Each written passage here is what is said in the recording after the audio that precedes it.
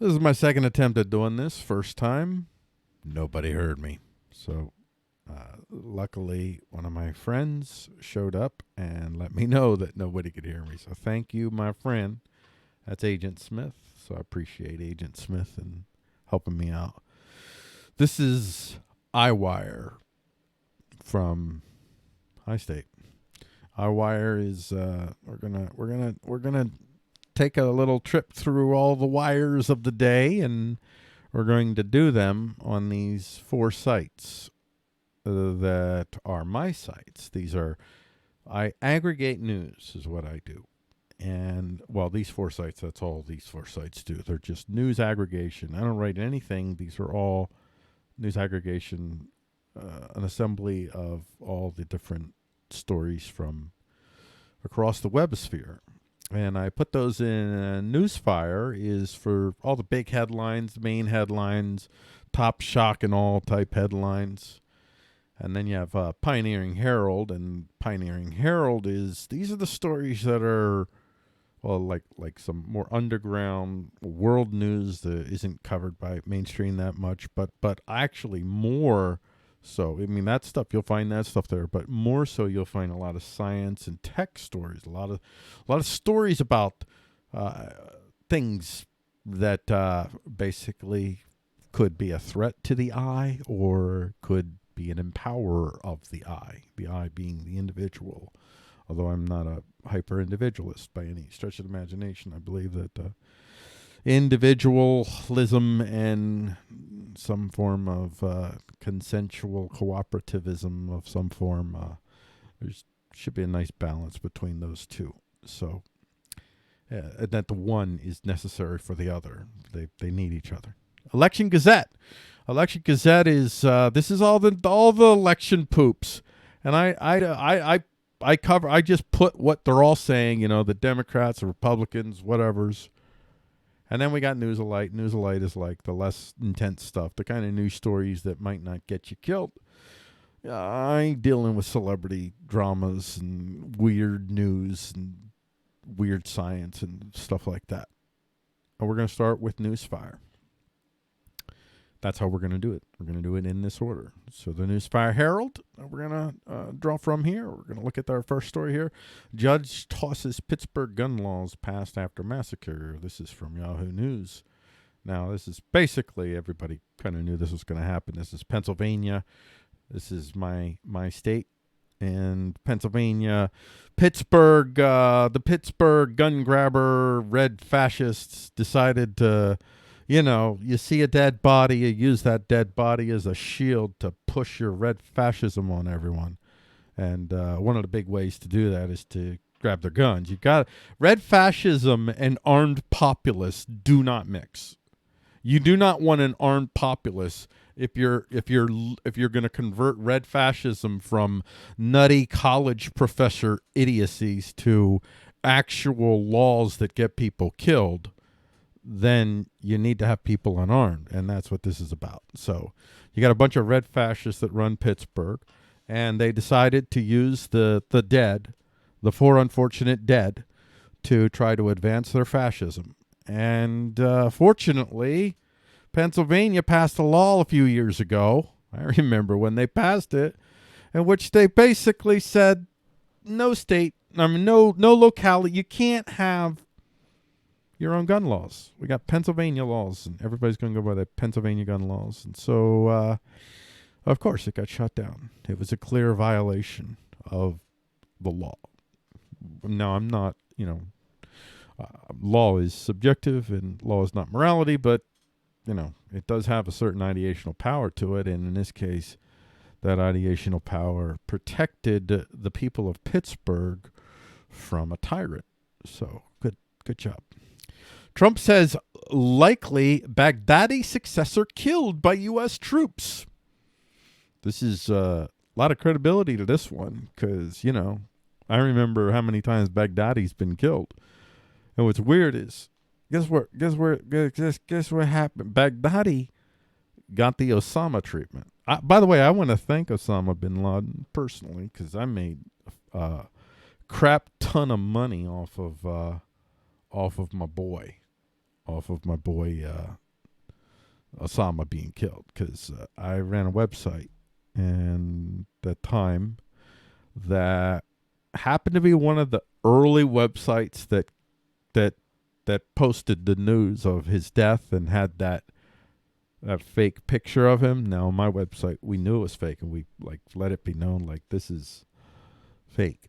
But it, even though we noted that, it didn't matter, because it was still kind of picked up like it was a real picture. And well, anyway, we're probably within the first 100 sites. So because of that, we got the big flux of traffic, and we made some money off that, buddy. So thank you, Bin Laden. If you're really dead, thank you for giving us money. But I wasn't in on this one. I'm out of that game altogether. But Baghdadi, yeah, he got the Osama treatment. He got the burial at sea. How convenient. Yeah. That whole Red Cross rule. I understand there's a Red Cross rule, or what? Not Red Cross. What the whatever, the Geneva Convention thing. There is a law, or what do they call it? International law, international treaty, that you can't use the bodies of your enemies to prop them up for propaganda reasons. And in this case, though, it's pretty clear what you're doing is you're showing the proof of death, which you should be doing, but you don't do that, and it's just weird.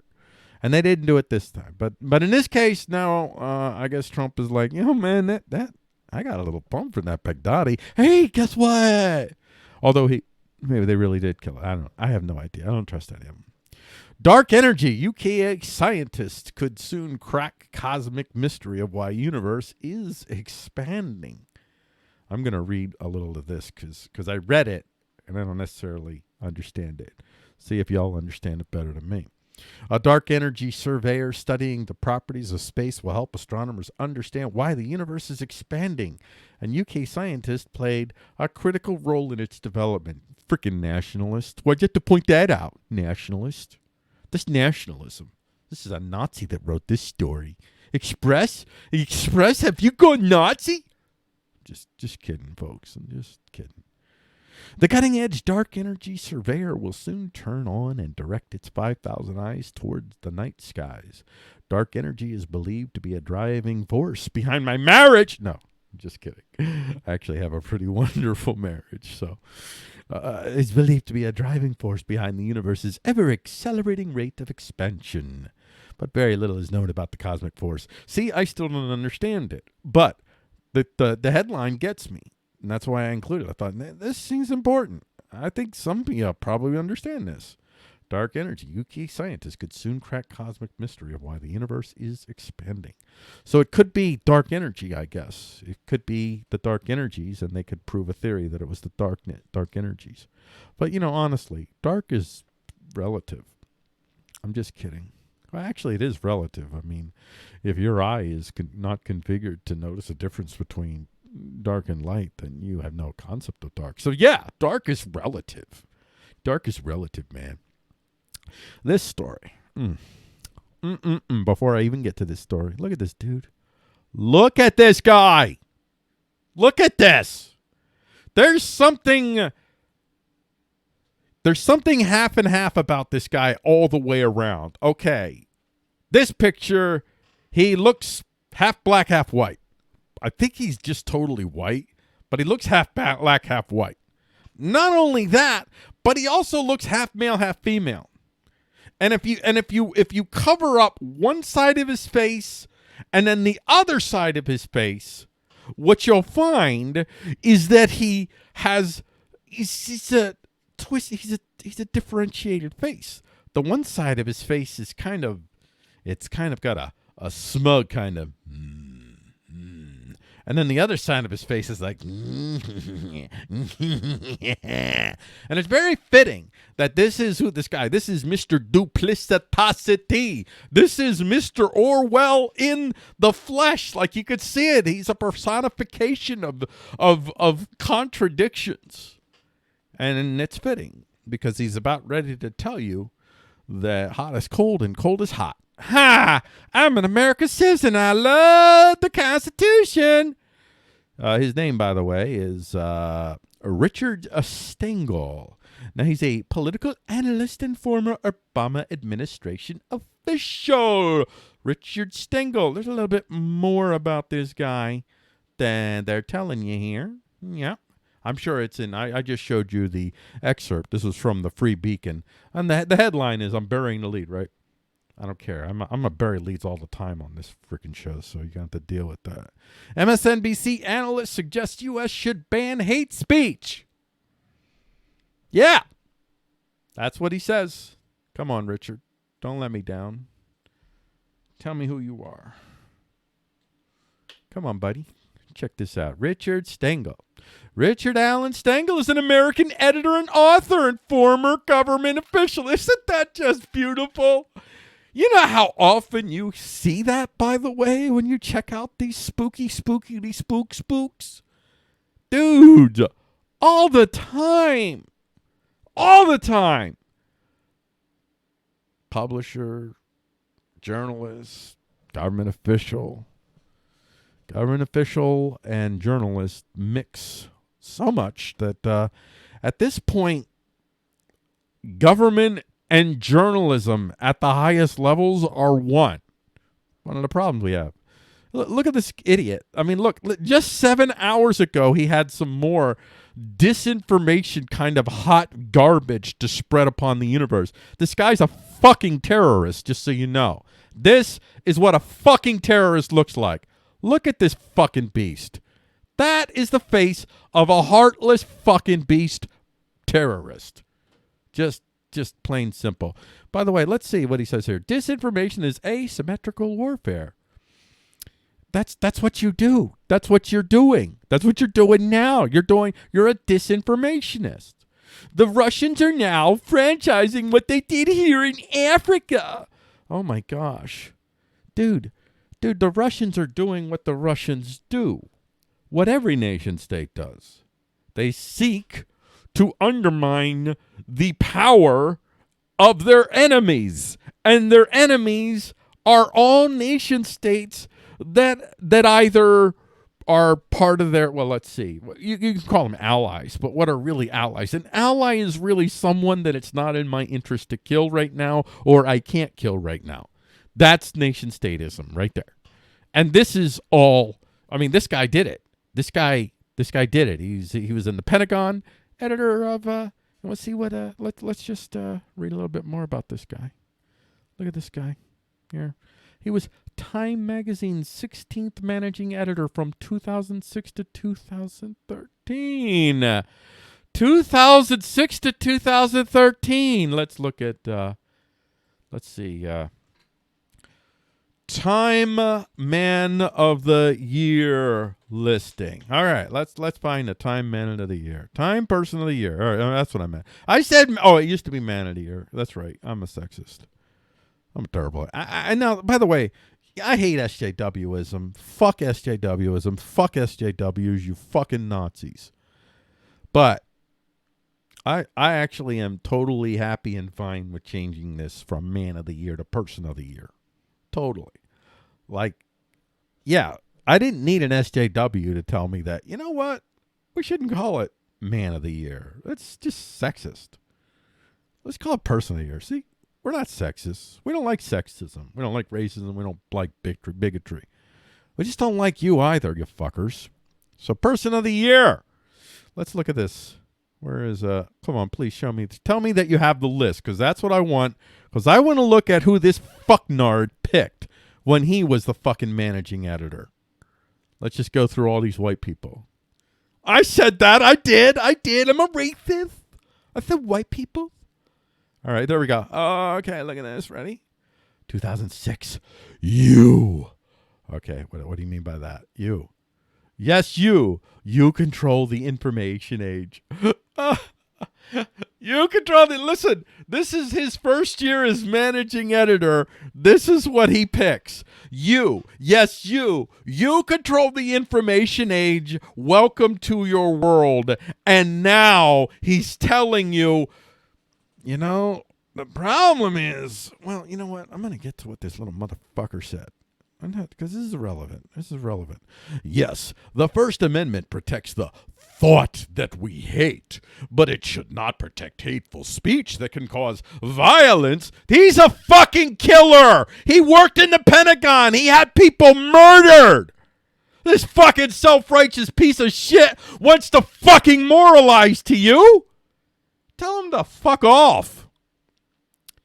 The First Amendment protects the thought that we hate, but it should not protect hateful speech that can cause violence by one group against another. Literally what he does for a living. In an age when everyone has a megaphone, that seems like a design flaw. See, the problem is this. You, me, you. What it really is, it's the pores. That's what it really is. This is really a battle between two groups, the Citadelians and the Poors. Now these are my phraseologies. I don't have conspiratorial kind of, I don't have the documents or any shit like that. I just use them as placeholders. They're convenient. But generally, Citadelians, these are the people that have the power to basically compel other individuals with guns to do their bidding. One way, shape, or form, they have that power. Those are the Citadelians. They're unaccountable for their actions. They know that no one will show up with a gun with a government badge. And they know that they can send someone with a government badge to complete their will. In one way, shape, or form, these are the Citadelians. The only real human beings in America. The rest of us are fucking dirt. We're just fucking cockroaches. We're the Poors. There's a lot of people out there that some of you have 2 or 3 homes and you think you're not the Poors, but you're the fucking Poors. Because when push comes to shove, whenever the Citadelians say, you know what, fuck that guy. Fuck that guy happens. This is this guy. There he is in 2006. Yes, you. You control the information age. Welcome to your world. That's not true anymore, is it? Isn't that so fucking fitting? Let's see what more this little motherfucker has here for us in 2006. What? How perfect! Who's his man of the year? Fucking Putin. He's a Russian asset. Look. Why would you pick a Russian as person of the year? You horrible, horrible Russian agent. You, literally, Vladimir Putin, and then right after Putin.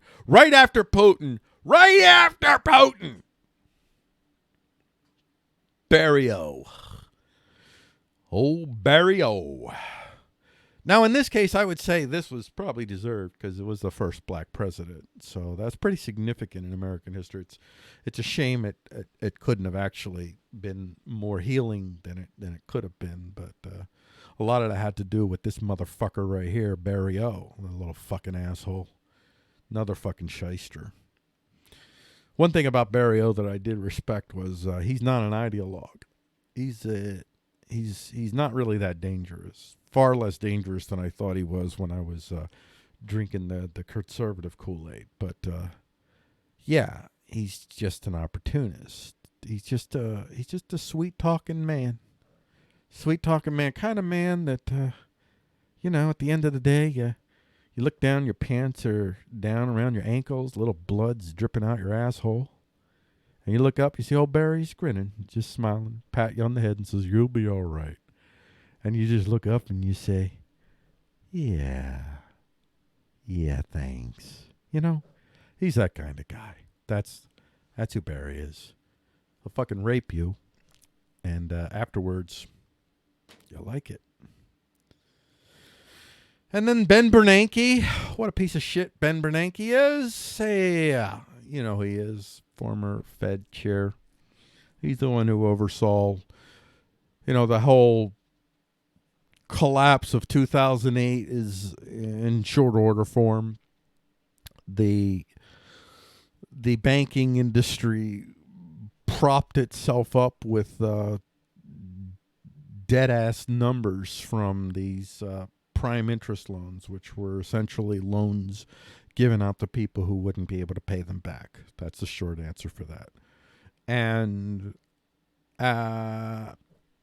eventually they had to call in the markers.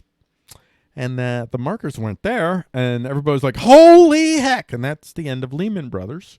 And then Benny comes in, and the very people, of course, that caused all the horrors, well, they ended up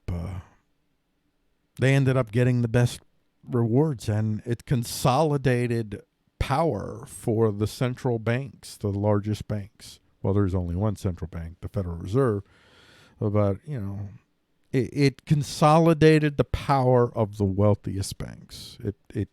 Yeah. So that was good. And that's what happened, and that's who they picked for that year. What a piece of shit.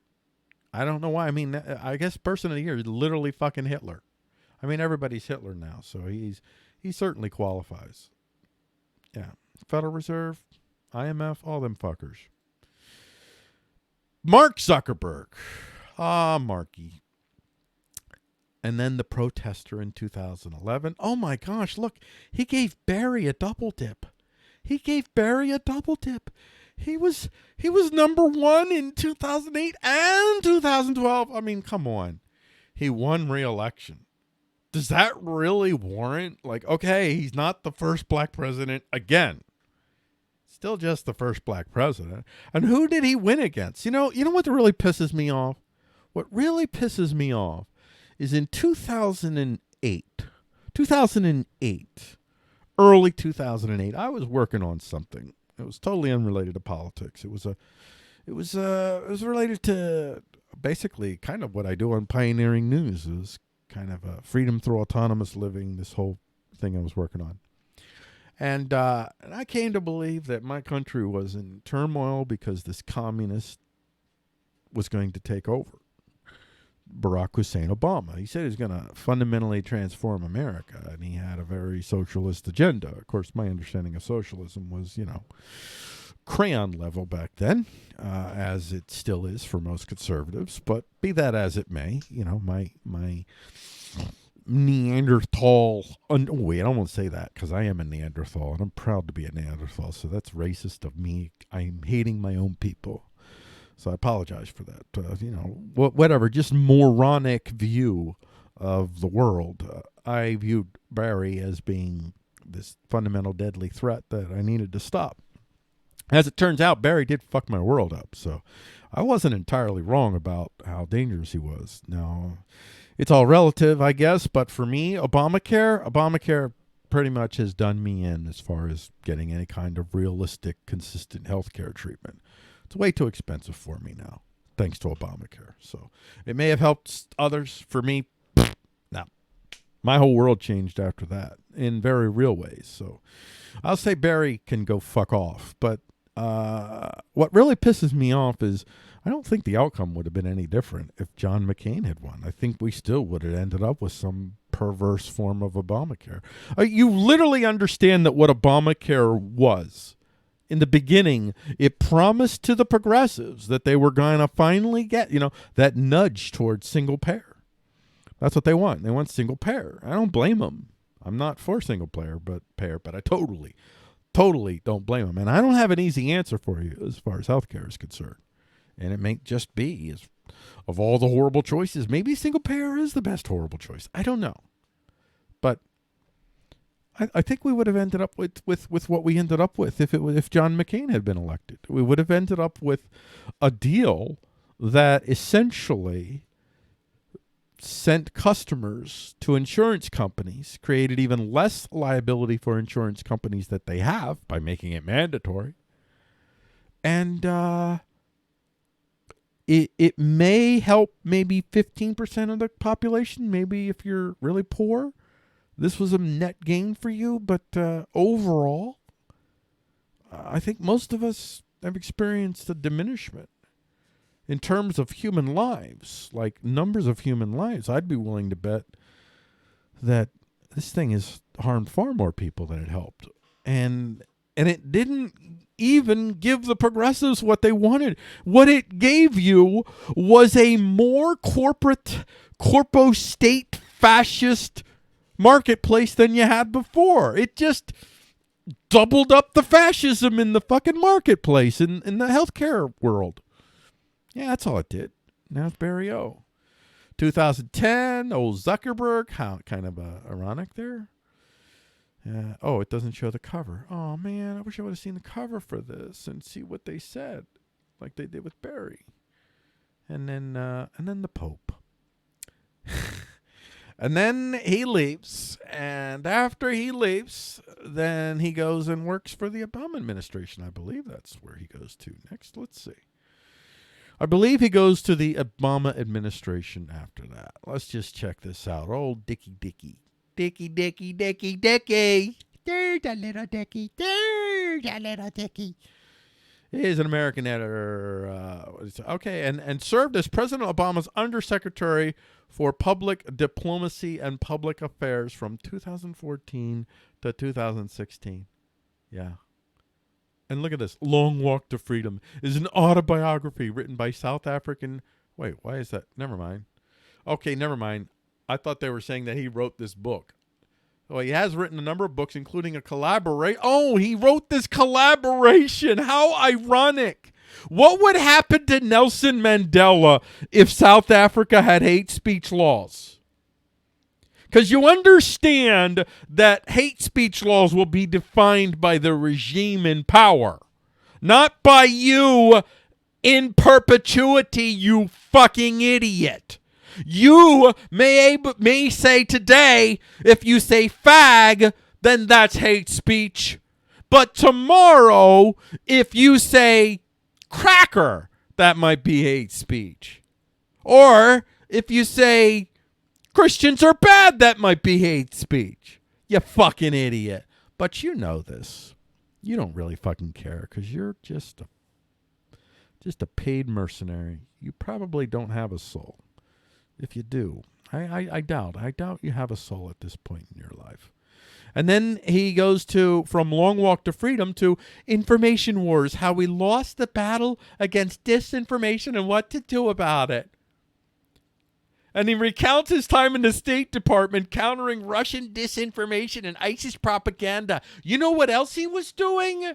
Little fucking liar, and you fucking know you are. Because part of countering disinformation is spreading disinformation. Russia is being hit by American bots every bit as much as America is being hit by Russian bots. America is seeking to influence the halls of Russian power wherever it can. And if it's not, then fuck you, America. God damn it, why am I paying taxes if you're not going to fucking take down the nation states that are competing with us? Fuck you. I'm being facetious, actually. I'm not a nation staterism person. I say no to nation states, but 99.999% of you say yes, and I'm like, all right, this is what we're in. Let's deal with the world with that in mind. So I went on way too long with that guy. Here's a sad story. Actor and comedian John Witherspoon dead at 77. He was a legend in the entertainment industry. I'm going to cover this more later, but yeah, I'll just leave it at that for now. Come back because I cover it later. Horrible. China moves to harvesting organs from live and unwilling donors. This is from an American thinker. This is not getting a lot of play, and honestly, this is the type of story that, wow, how could you even have the receipts that would clearly show? So is this propaganda? It could be American propaganda. It could be real. I'm pretty inclined to believe that it's real for a number of reasons, but I'll just read what they say. I'll let you decide. China is now harvesting the organs of political prisoners of conscience on a wide scale for medical transplants against their will and with the unwilling donors still alive. According to an important Fox News report, it's the stuff of nightmares, and it has been buried from the public view, hard to prove, and shrouded beneath the cloak of silence for almost 2 decades. But anecdotes and evidence are slowly bubbling to the surface that the organs of members of marginalized groups detained in Chinese prisons and labor camps are unwillingly harvested. Most affected is a spiritual minority, the Falun Gong, who have been persecuted for adhering to a Buddhist-centric religious philosophy grounded in meditation and compassion. Okay, so, yeah, China sucks. That's pretty much what that is. And China does suck, but I got a lot to say about that, but I don't want to go on for another long. I'm only gonna, all that time that I put on this story, that's what I'm gonna put to these focus stories, top right there.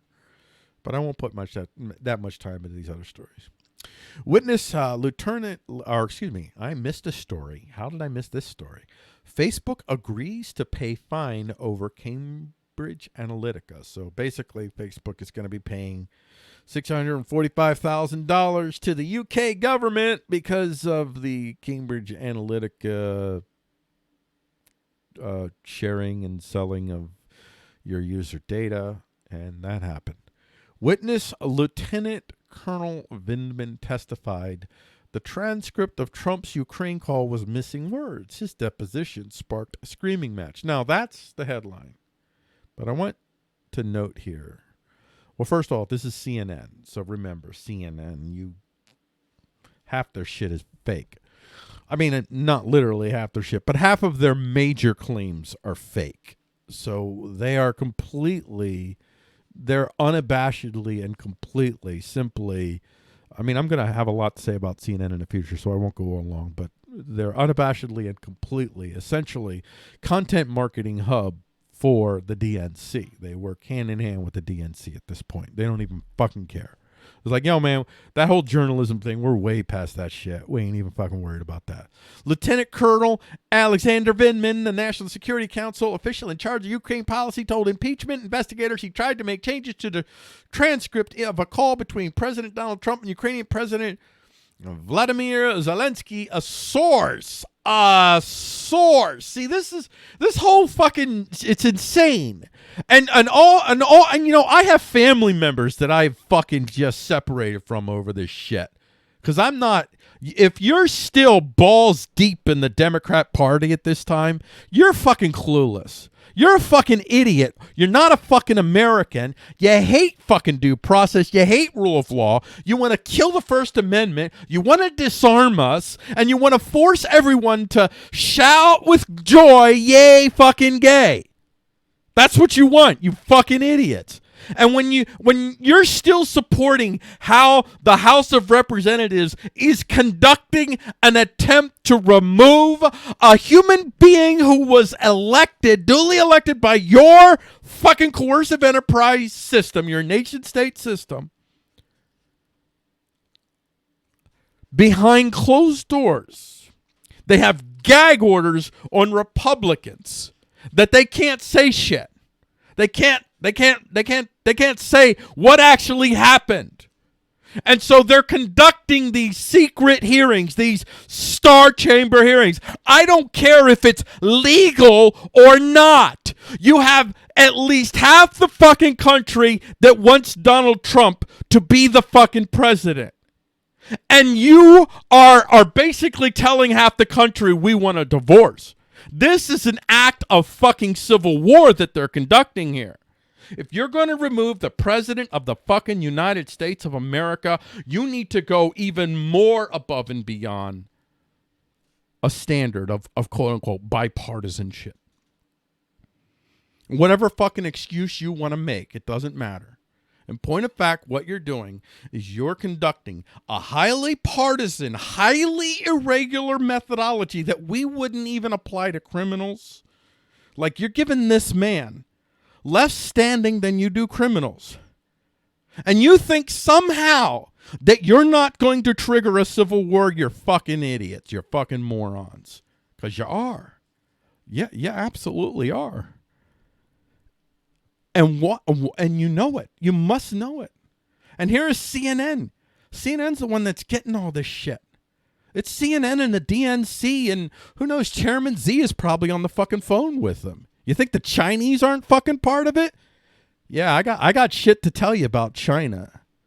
China's fucking wicked. They're absolutely red fascists. China basically invented the ideologies that Hitler would use. Adolf Hitler is a product of China. He's a Chinaman.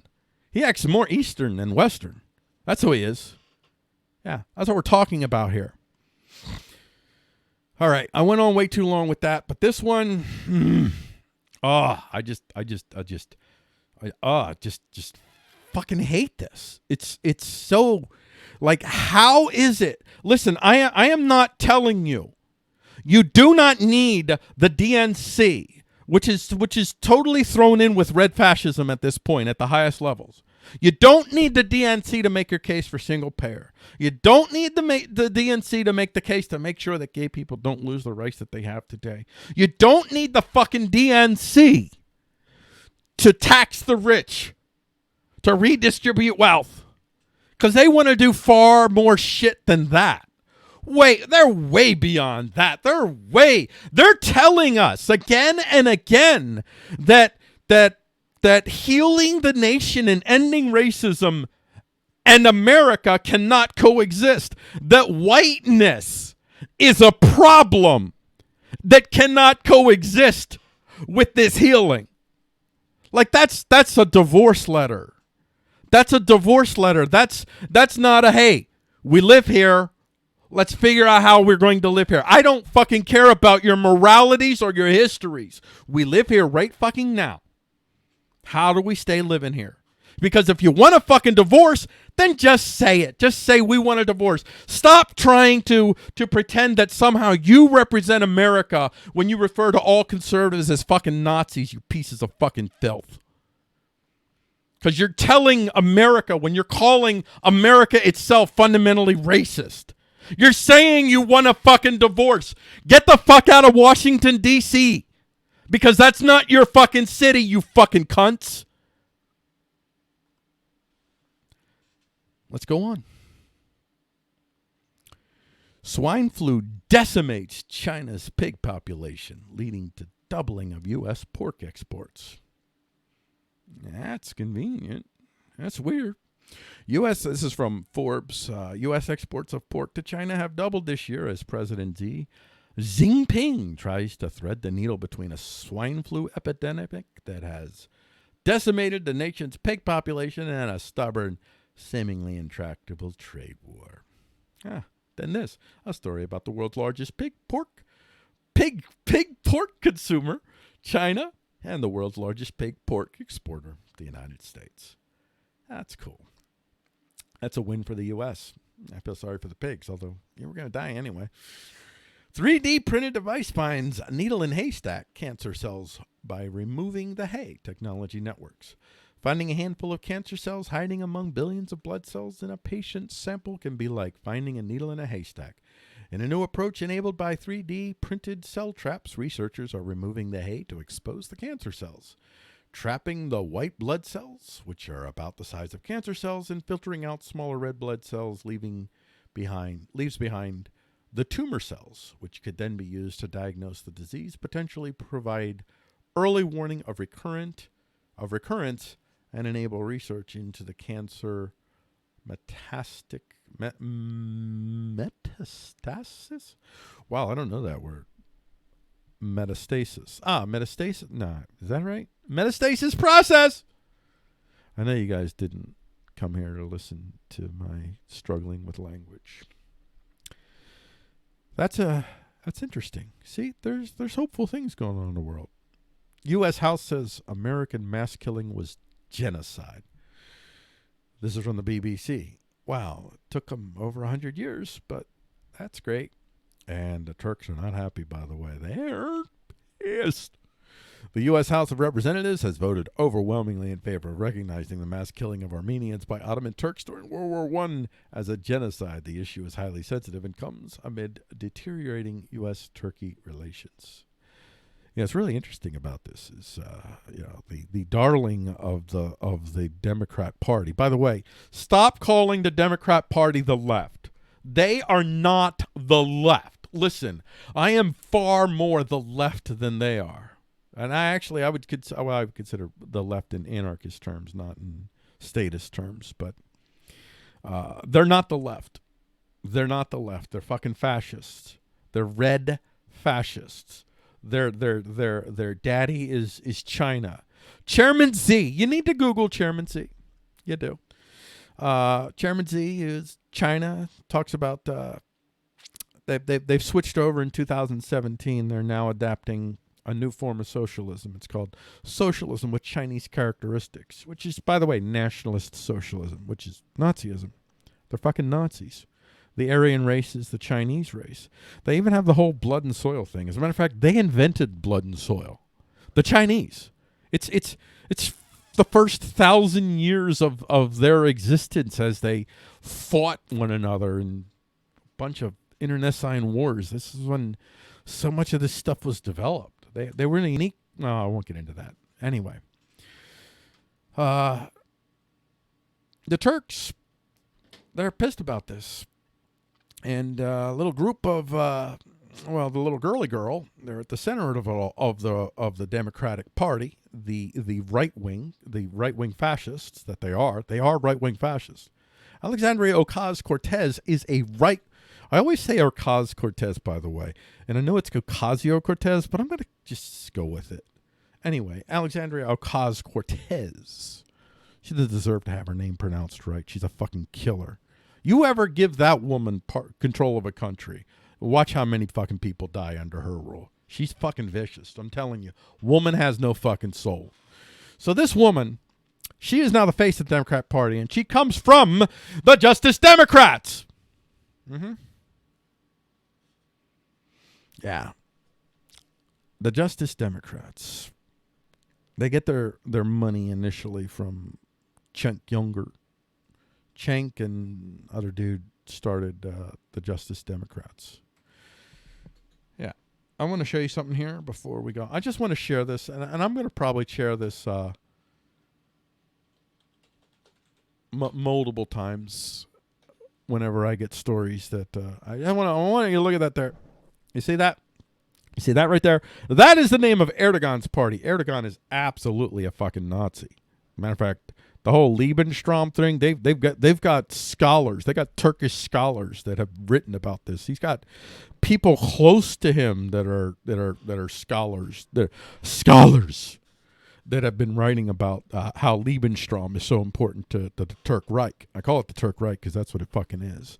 And this is where Cenk Younger comes from. He's from a very powerful family, very rich family, and yeah.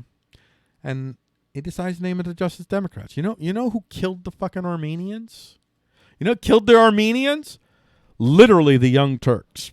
Cenk Younger is called the Young Turks. He's a fucking Nazi. Ocasio-Cortez is his little bitch. Is just his little fucking...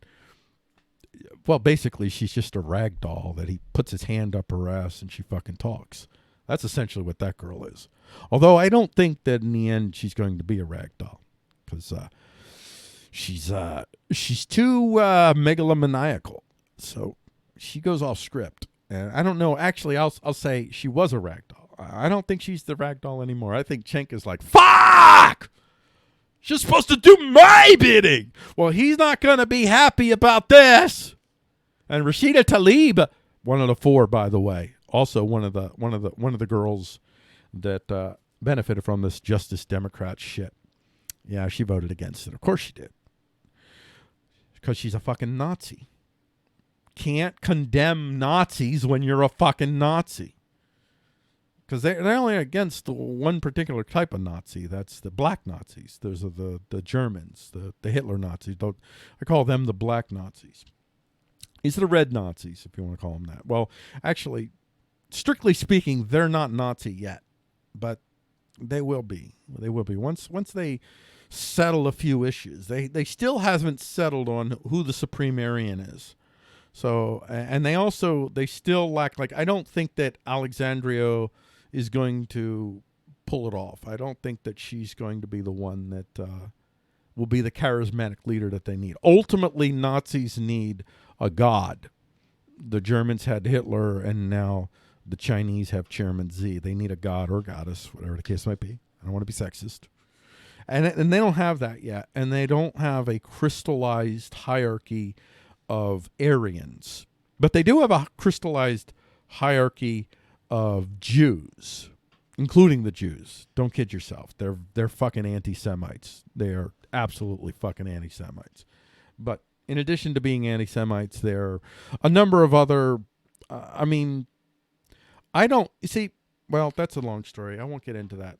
I don't know about this whole experiment, honestly, as I'm doing it here, because my problem is I'm doing these stories is I want to talk about each story too much. So I don't know if I be able to do, maybe I'll end up doing 4 streams, smaller streams. That might be better. Maybe I'll do that. Lebanon's PM quits after nationwide protests. Lebanon, this is from CNN. Now, by the way, if CNN is reporting on issues that aren't part of advancing the DNC, usually you can trust those stories more. But anything which might harm or help the DNC, whatever CNN writes, immediately you know you're getting content marketing, you're not getting news. Lebanon's Prime Minister Saeed Hariri announced Tuesday he was resigning, succumbing to the demands of protesters who have staged nationwide demonstrations for nearly 2 weeks. The 3-time Prime Minister has led a national unity government, which included some of his political adversaries, for less than 2 years. In recent months, the country saw rapid economic deterioration, ballooning debt, and rising prices. Well, that'll get him out in the streets. On October 17, the government proposed imposing a tax on WhatsApp calls, along with other austerity. Wow, that's like WhatsApps will be so essential in that part of the world to hit them where they live, man. That's what you're doing. And I guess you have to if you're going to make money off a tax. You got to hit it somewhere where people are using it, which means that it. That's how you get the yellow vest in France, because that's what they did. They taxed them where they lived. They taxed their trucks and stuff. Lebanon has been under lockdown since the protest began. And let's just scroll on up here, and we have some quick headlines here to go through here. These are all the wires. Top Republican Devin Nunes aide is trying to out the Ukraine call whistleblower from the Daily Mail. Another windstorm is set to complicate the battle against North California's Kincaid Fire from the Washington Post. Pilot unaccounted for after plane crashes into Woodbridge home. Patch.com, I think that's in New Jersey. A federal judge has blocked an Alabama abortion ban that would make the procedure a felony in nearly all cases. Okay, I'm going to say something about this. I am. This is one of these areas. This is the idiocy of the conservatives to me. This is like what the I guess what there's for all you Democrats out there that are not part of the red fascists, and that most Democrats are not.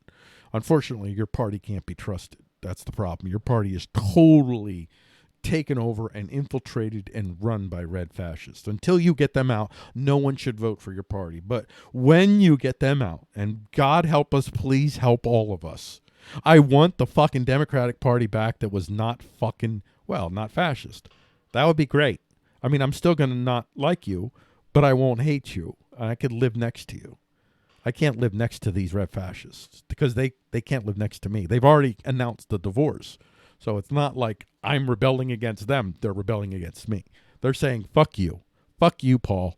We don't want the country that you're in. We don't want you to be able to live in this country that we have planned. Fuck you. This on the right. Alabama. Man, you pass a law, you get power, and what do you do with it immediately? You stick your finger in the other's eye. We live in this land together, and at some point we're going to have to figure that shit out. We live in this land. That's the bottom line. There's no fucking mystery to it. There's nothing to do with conservative or liberal or taxes or non-taxes, communist and capitalist. We live in this land. And in this land, through a variety of circumstances, we find ourselves with a certain power relative to the rest of the world. Real power, force power, that is the most important. That is why we have everything else. Do not kid yourselves. America's economic might comes entirely from America's carriers. That's the bottom line. We live in this land and we've enjoyed a certain quality of life. Every single fucking one of us. You want to talk about privileged? no American should ever be looking at another American and questioning whether they have more privilege than them or not. Because compared to the rest of the fucking world, I think the rest of the world is looking at you and like, what the fuck are you talking about?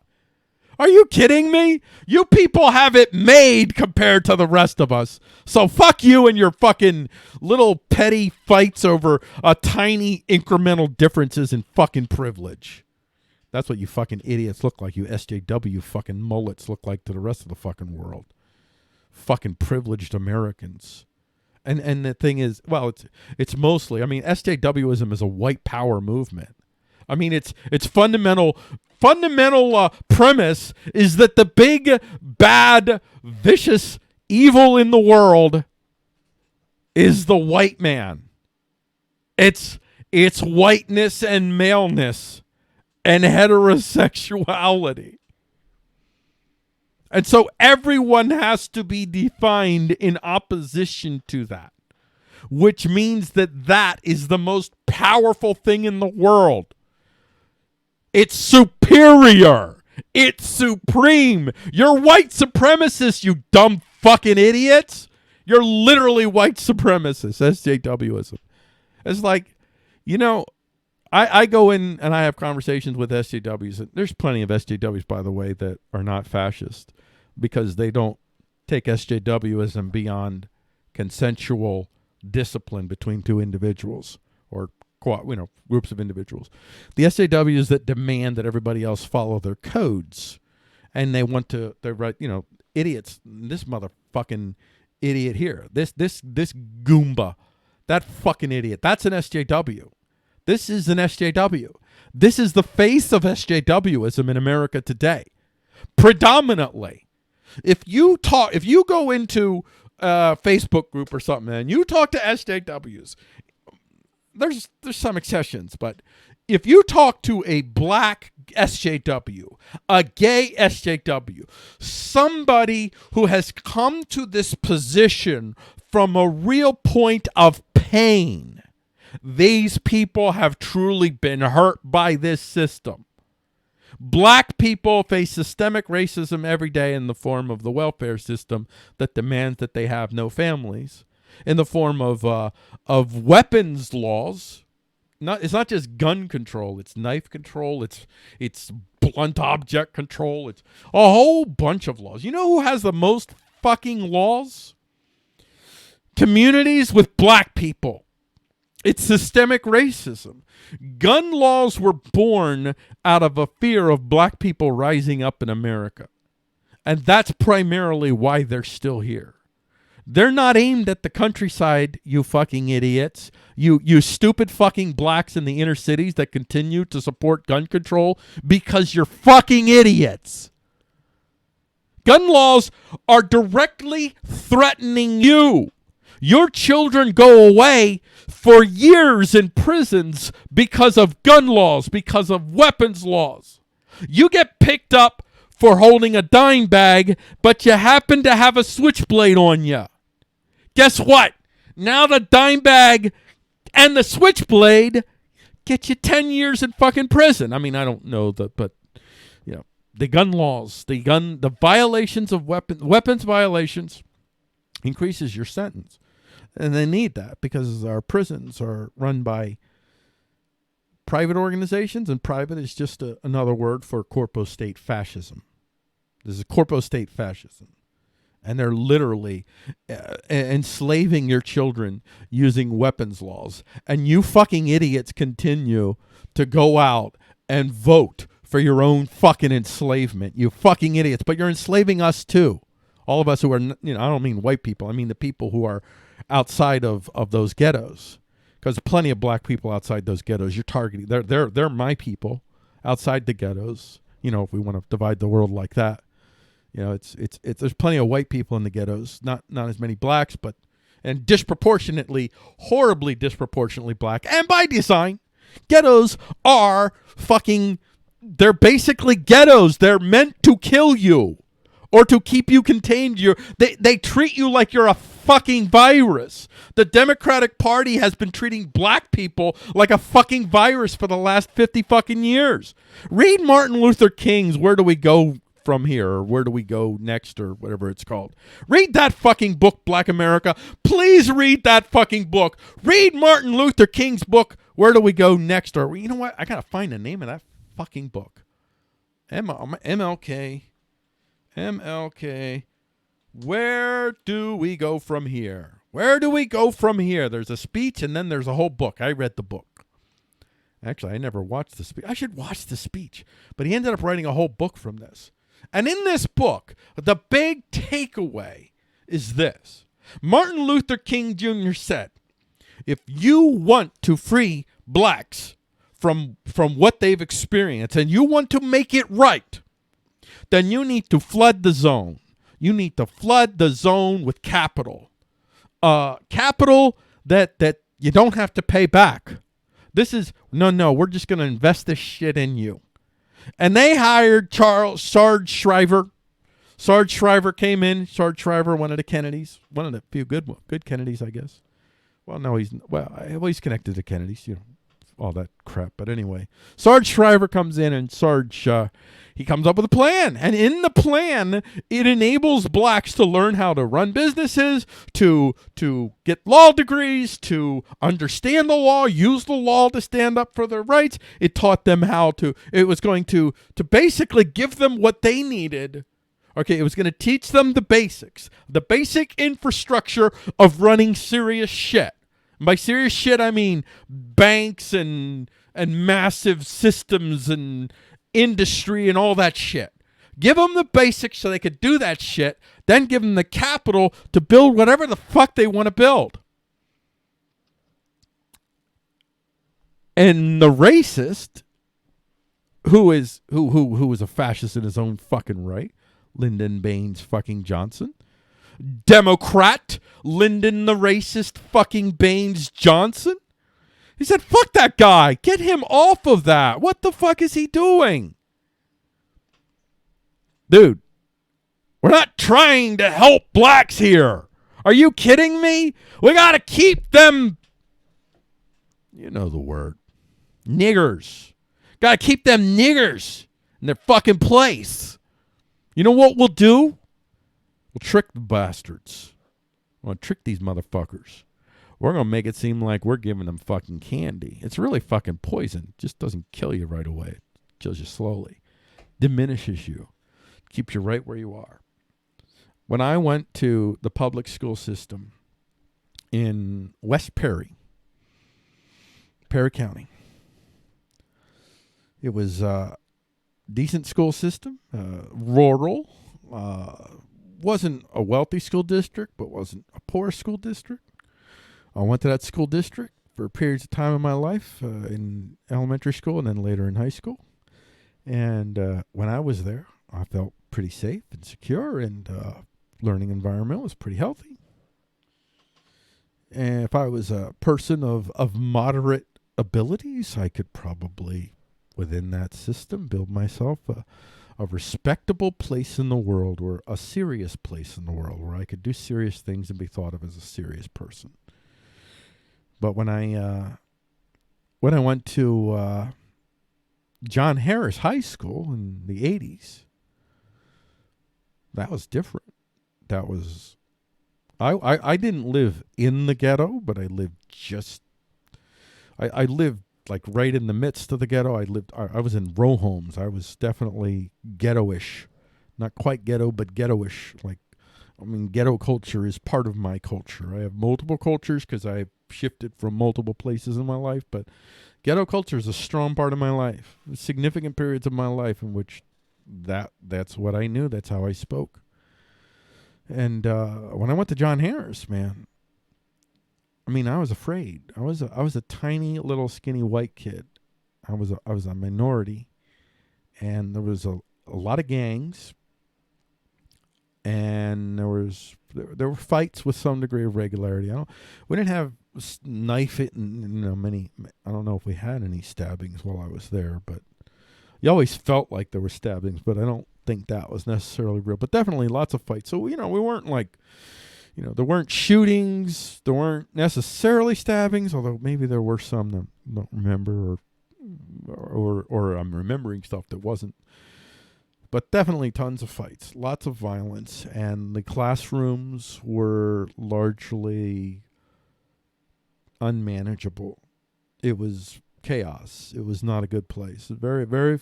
Only the classes that I was sent to, because I was one of the poors. 95% of us were the poors, and we happened to live like, or the school is weird where the school is located. It's located right near this area with these beautiful, wealthy homes, and those people sent some of those kids actually went to the school. Some, not most, but some, enough of them that they were there, but they were in the high level classes, and I was one of the poors, and I started off in the low level classes, and eventually I ended up in some of the high level classes, but not all. And in the high level classes, I was a little safer, but there are very few people that got in those classes. And I remember at the time thinking, living in John Harris, or trying to come up in the world in John Harris compared to West Perry. And I wasn't even close. Like, my ability to succeed in life in John Harris is significantly less, even as a white guy. As a white guy growing up in John Harris, I have significantly less chance to match my level, I guess you could say. I have to be far more than mediocre to be one of the serious people that does serious work and is a serious person. So, yeah. Martin Luther King understood fundamentally you need to have prosperity in the land. And if you don't have prosperity in the land, you ain't got shit. And that's what he was after. He was after for and I'm for that too, by the way. I don't care how we do it, whatever gets done, how it's done. Let's just ride the fucking deficit. Just fucking ride it up. Let's just try to, maybe it'll be the last thing we do before we all crash. But right before we all crash, at least Black America will finally be treated like every other fucking immigration group that has come into this country. And they didn't come here of their own free will. Not that Black Americans were born here, but I'm talking about the historical. I'm talking about like Italian Americans eventually. Everybody, when they first come over, there's a little bit of stigmatizations and the racisms and all that. But Black America, and of course the indigenous as well. But those folks, I don't believe in reparations. Reparations is a horrible, horrible, horrible thing. I don't even know how you would even possibly figure out who owes who what. Are you going to literally pass a white tax? You don't think that would be a problem? What a horrible precedent to set. Taxing races. Literally. You can't do that. That's fucking nuts. If you actually want to have a civil society in which we all get along, you can't do shit like that. That's fucking rude. You're being rude.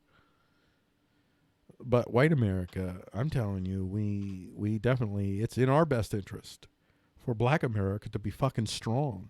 Because weak-ass Black America is supporting fascism because they have no fucking other choice. Like, what are they going to do? What do Republicans offer Black Americans? And you got to pick yourself up by your bootstraps.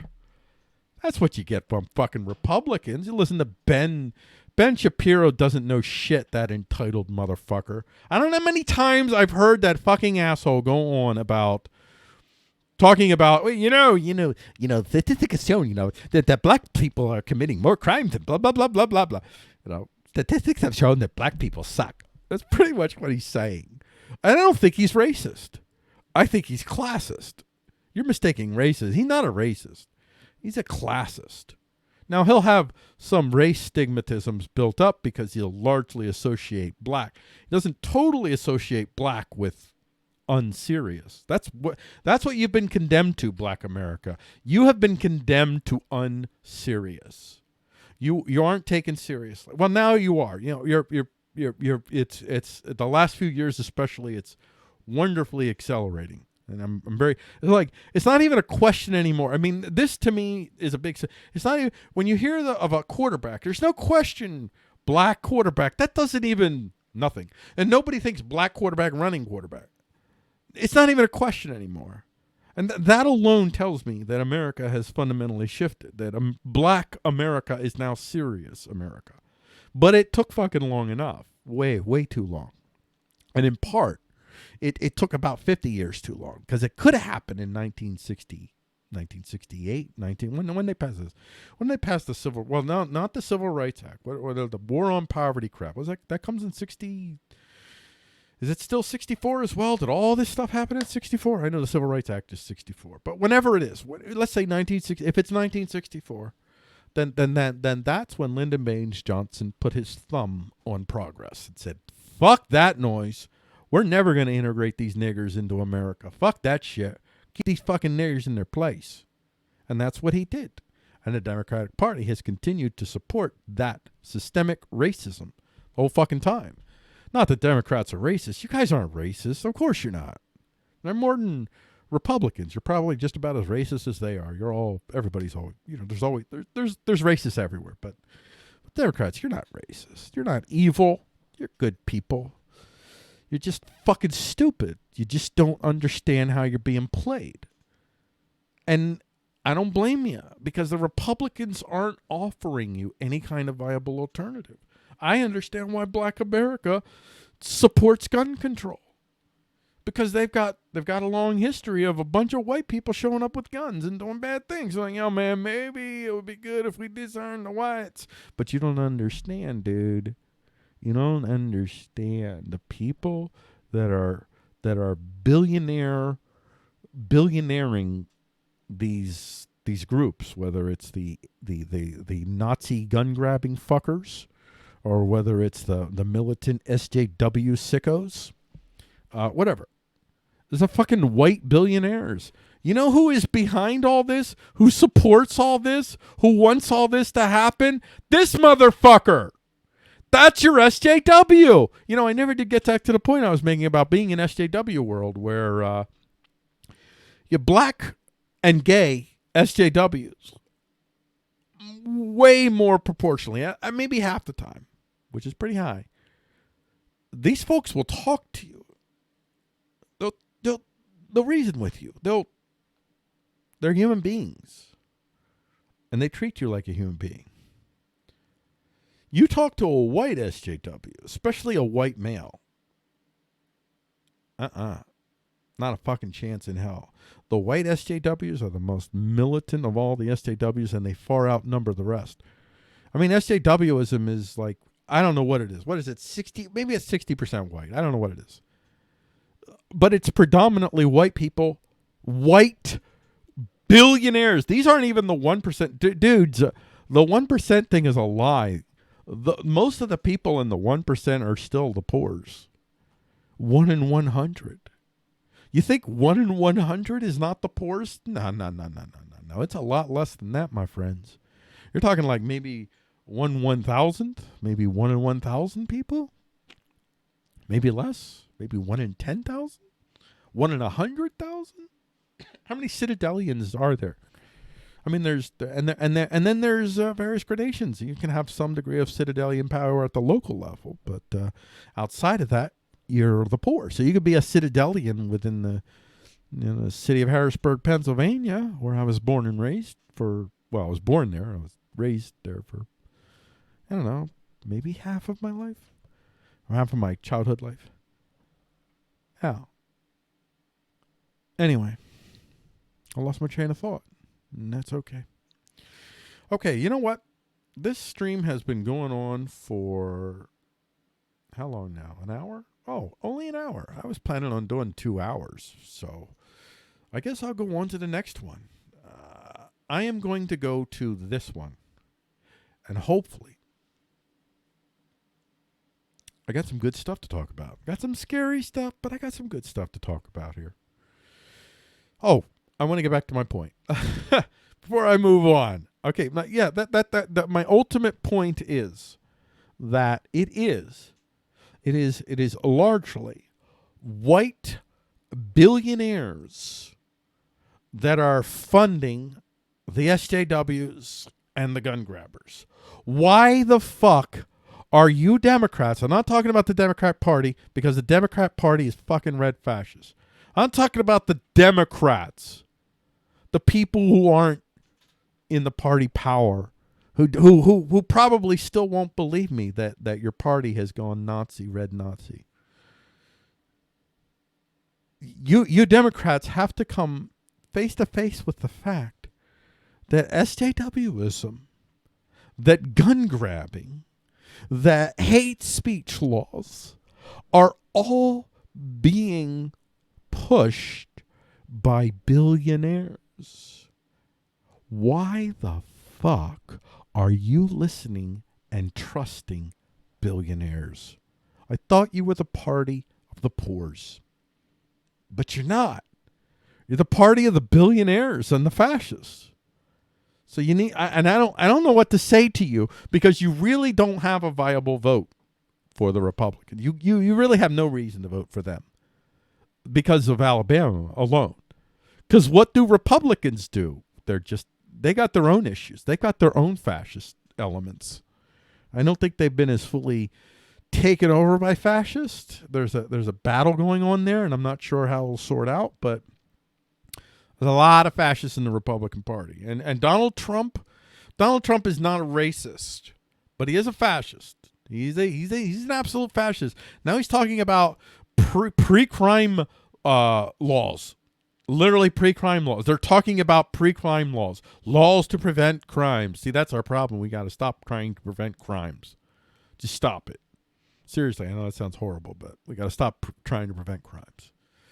Got to stop trying to prevent dangerous thoughts and dangerous actions, and just deal with the dangerous actions when they happen. Because if you try to deal with dangerous thoughts, you end up creating far more dangerous actions than the ones you were trying to prevent, you fucking nubs. All right, with that, I will move on to Pioneering Herald. Is that pioneeringnews.com is where you can find Pioneering Herald. Raytheon entering final phase of development for Army's electromagnetic battle management solution. This is for Defense Blog. So this is just something to watch here.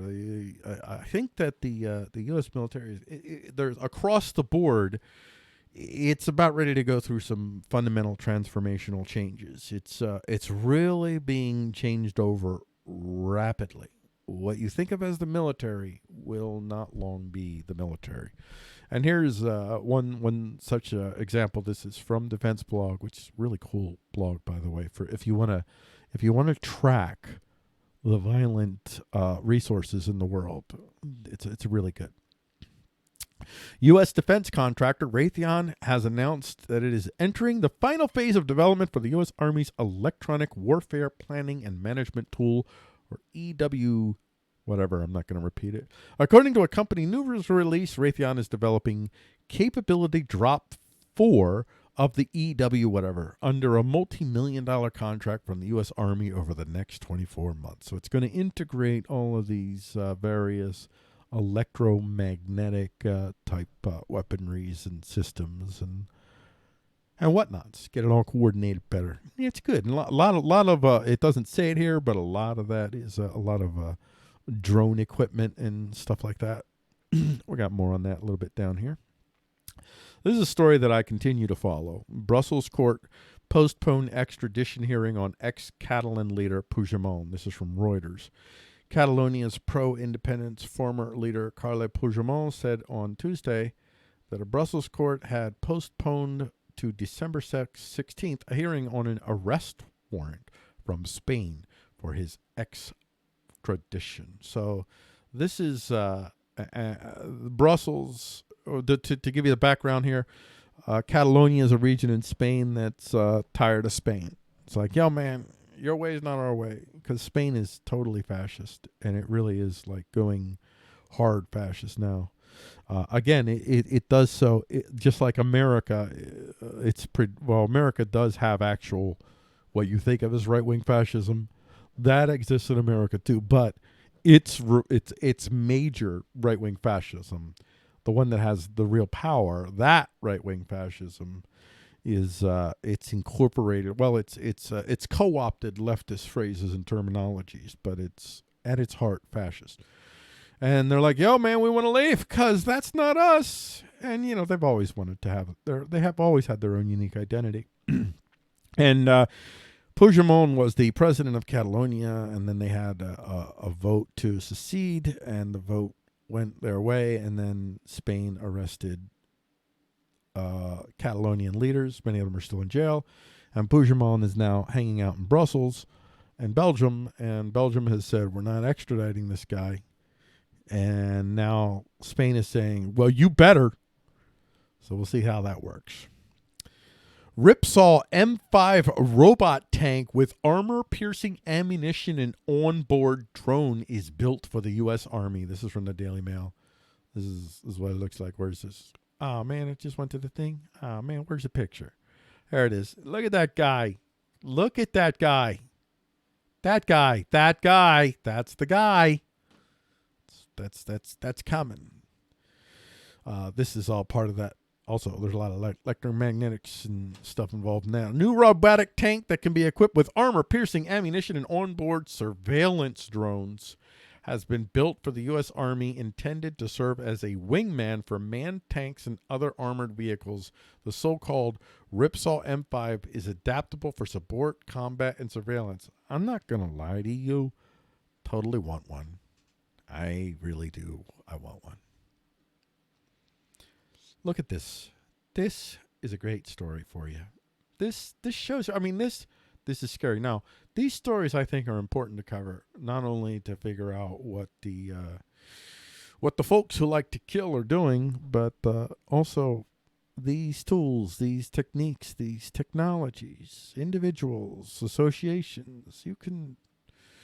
The world is such that maybe you're not gonna be able to develop an M5 like that's. You're gonna be able to develop similar type things so that you can kind of defend yourselves against all enemies, foreign and domestic. It's very important to take note of the type of violence technology. That's what it is. It's violence technology, which.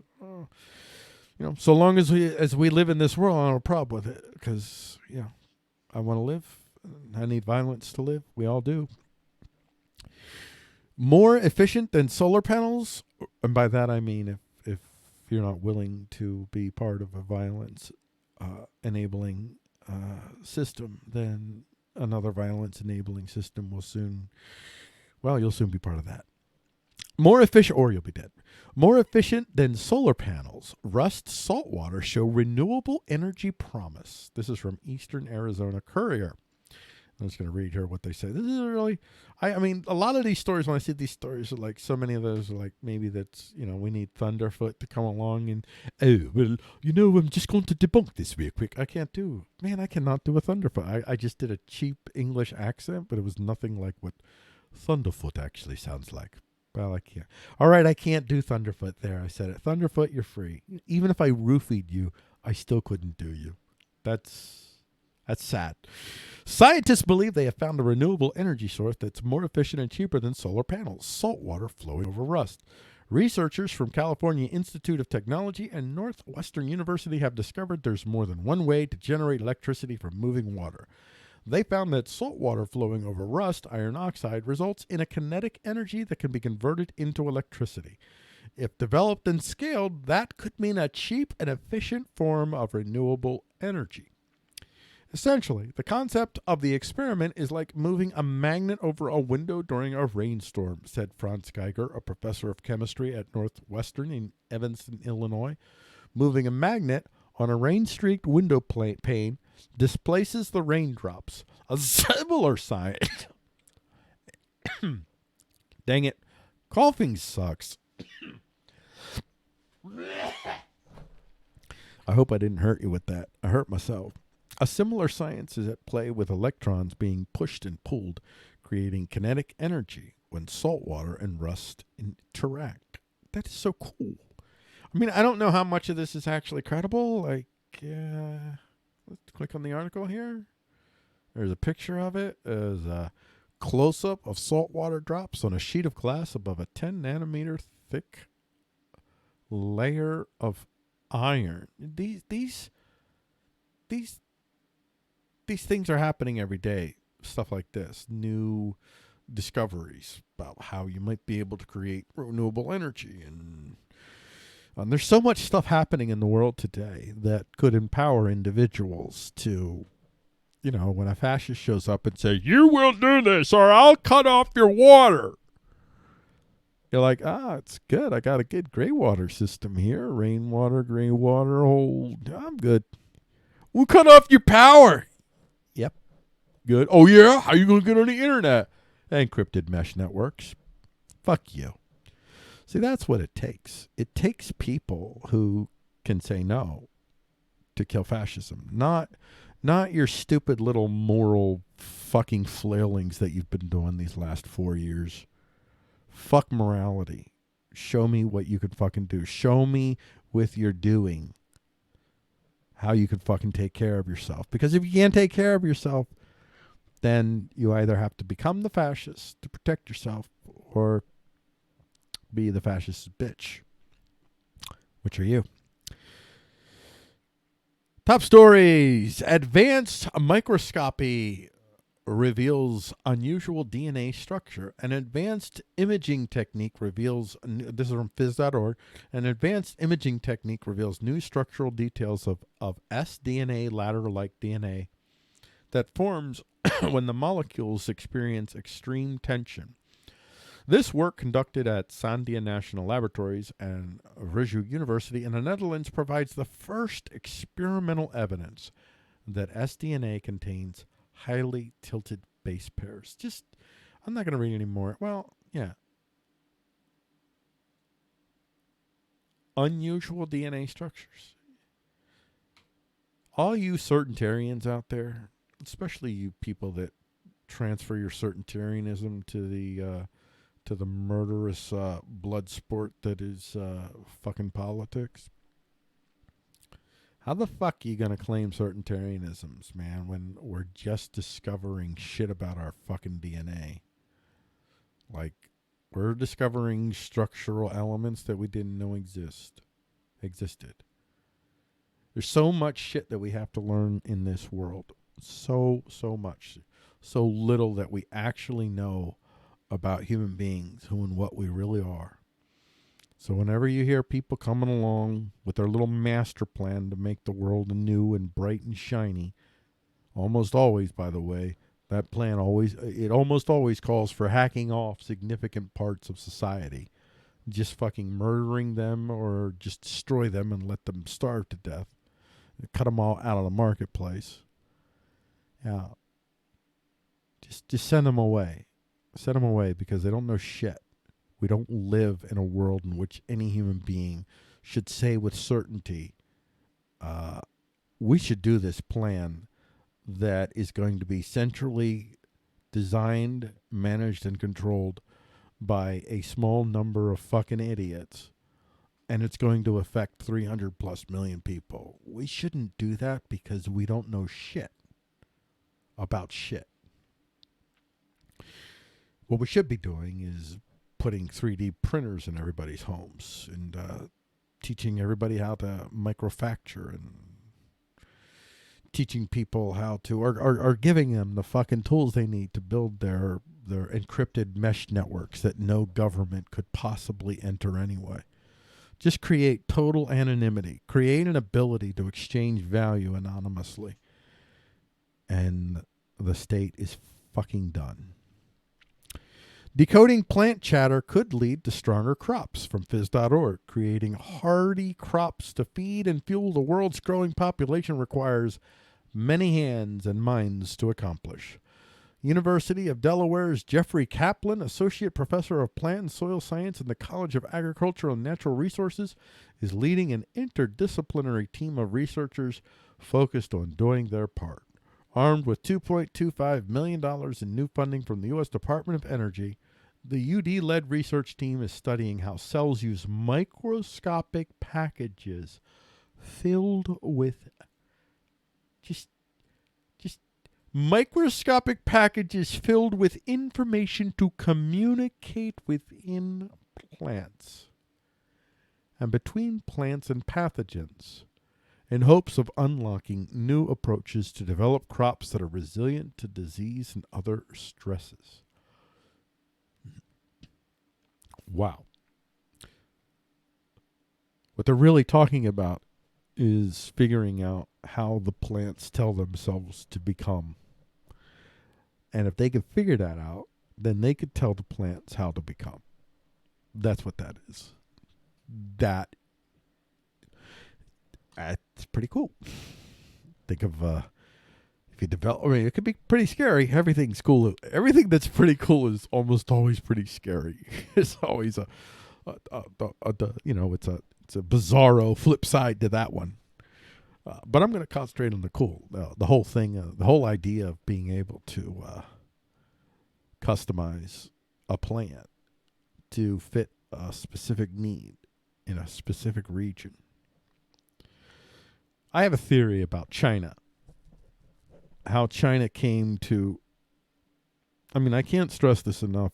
If you read some of the discourse that was happening, like in the 3rd century in BC, 3rd century BC in China, as they were debating between Confucianism and legalism, Confucian approach and legalist approach, and the arguments that were made 300 BC. By the way, like, read what the Greeks had to say about governance, and then read what the Chinese had to say. The Greeks were like just crude idiots compared to the Chinese. Because the Chinese, by this time, they were centuries into bureaucracy, to statism, to fascism, to all these things. Like they went through some stuff. And my theory about why they did, I don't believe that race, that there is. I really don't believe in race realism shit. I don't believe in any of that. I believe you can find differences in races and IQs and all that, but those differences only last so long as the circumstances last that continue to select that human beings fundamentally in aggregate are a lot more similar than dissimilar. The dissimilarity really comes from the conditions more than any biological predilections. That's my supposition. I don't know if I'm right, but that's what I believe. That's what I act on. That's why racism is so fucking evil to me. I mean, not that if you're racist, I think you're evil. It depends on your commitment to the cause. If you're just an idiot racist that doesn't hurt people, I wish you weren't racist, but I don't think you're evil. I mean, if you're a racist like this motherfucker, wait, where is that fucking asshole? Keep coming back to that dictard. Can I say dictard? I'm going to say it anyway. Fuck it. I don't fucking care anymore. There he is. That dictard. Fucking racist. That is the face of a gosh dang fucking racist. Fucking spook. And I mean that in the government sense. Spook. That's what he is. A government spook. Fucking Fed. He's an operative. Yeah. Oh, I went to Martin Luther King. But anyway, my theory about China is that the region, well, first of all, its geographical location was such that the whole, more or less, the population in the Middle East, the population in Europe, like, they weren't getting to China. There was no way that they were going to get on over there and mess with their shit. Not even India was fundamentally getting to China. Nothing that they could do. No operation they could sustain in China. The Mongolians were the only ones who really, the Mongols, whatever. The people right to the north of them, people right to the, the west of them. That's about it. They faced very little threats compared to what people, the Sumerians would face.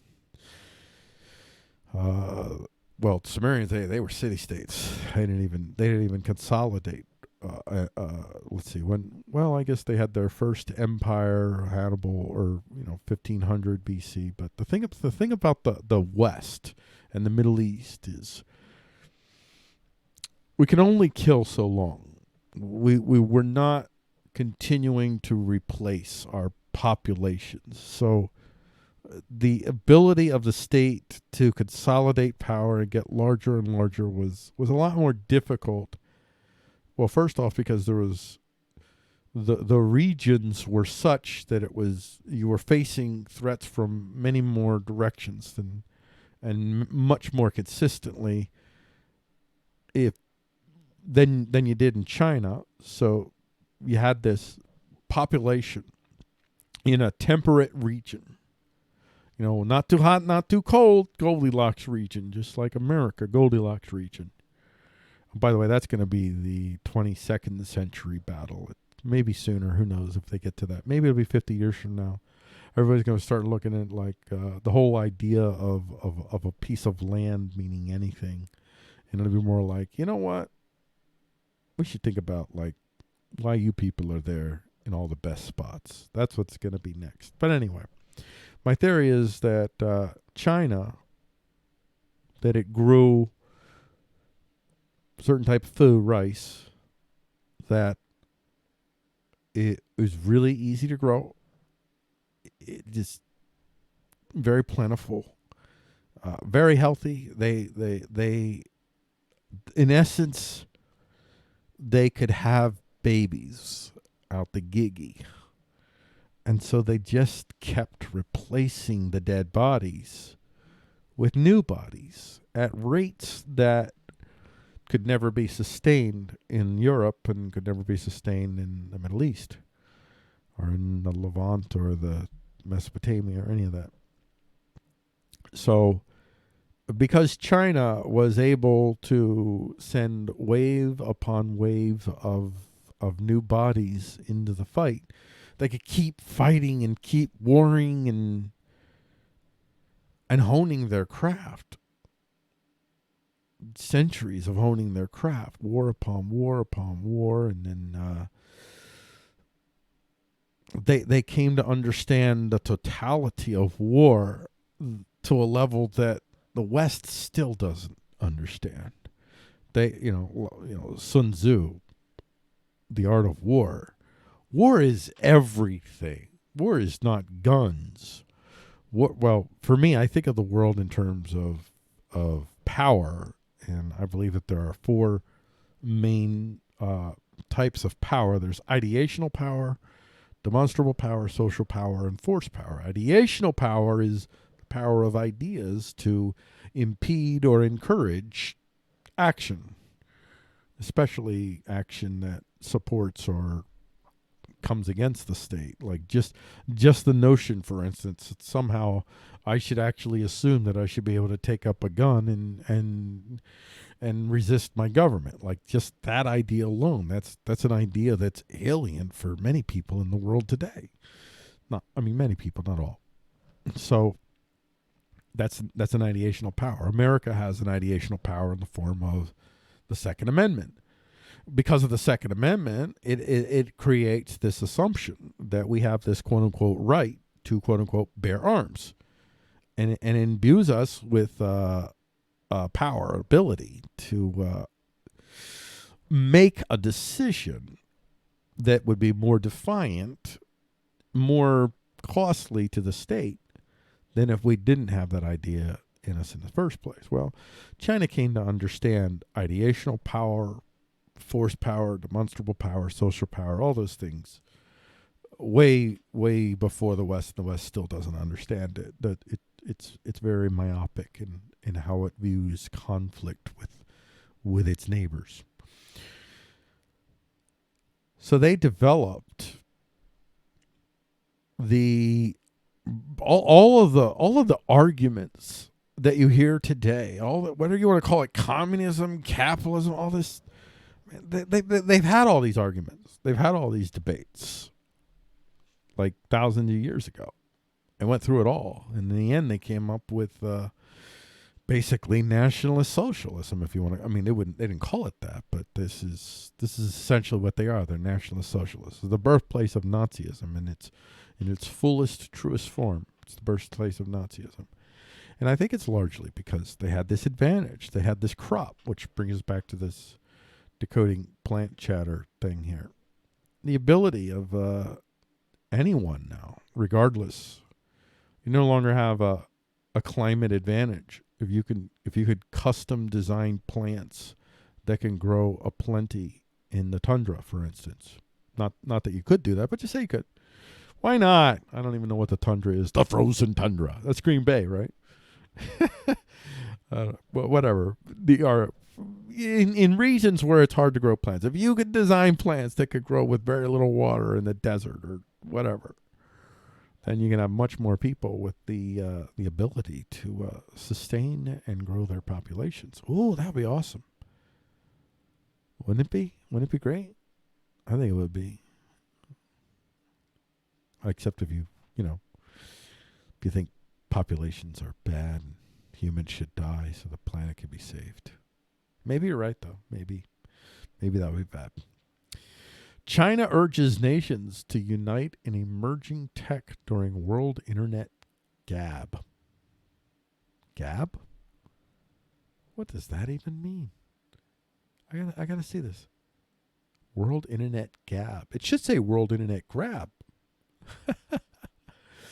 But it doesn't. Whatever. So a top Chinese official calls for governments around the world to work together more closely to monitor emerging technologies while taking an indirect jab at U.S. attempts to discourage cooperation. Come on, there's no reason for nation states to cooperate when it comes to the world internet.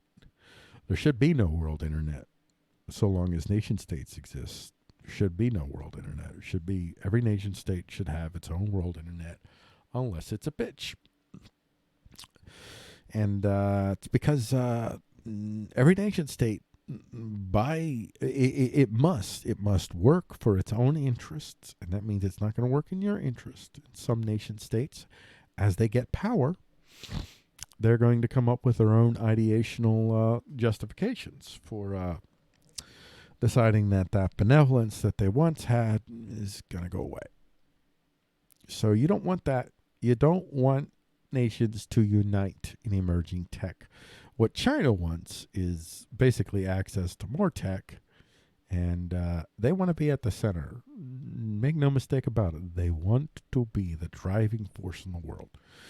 And there's nothing wrong with that. I mean, as far as nation-statism goes, that's the nature of nation-states. But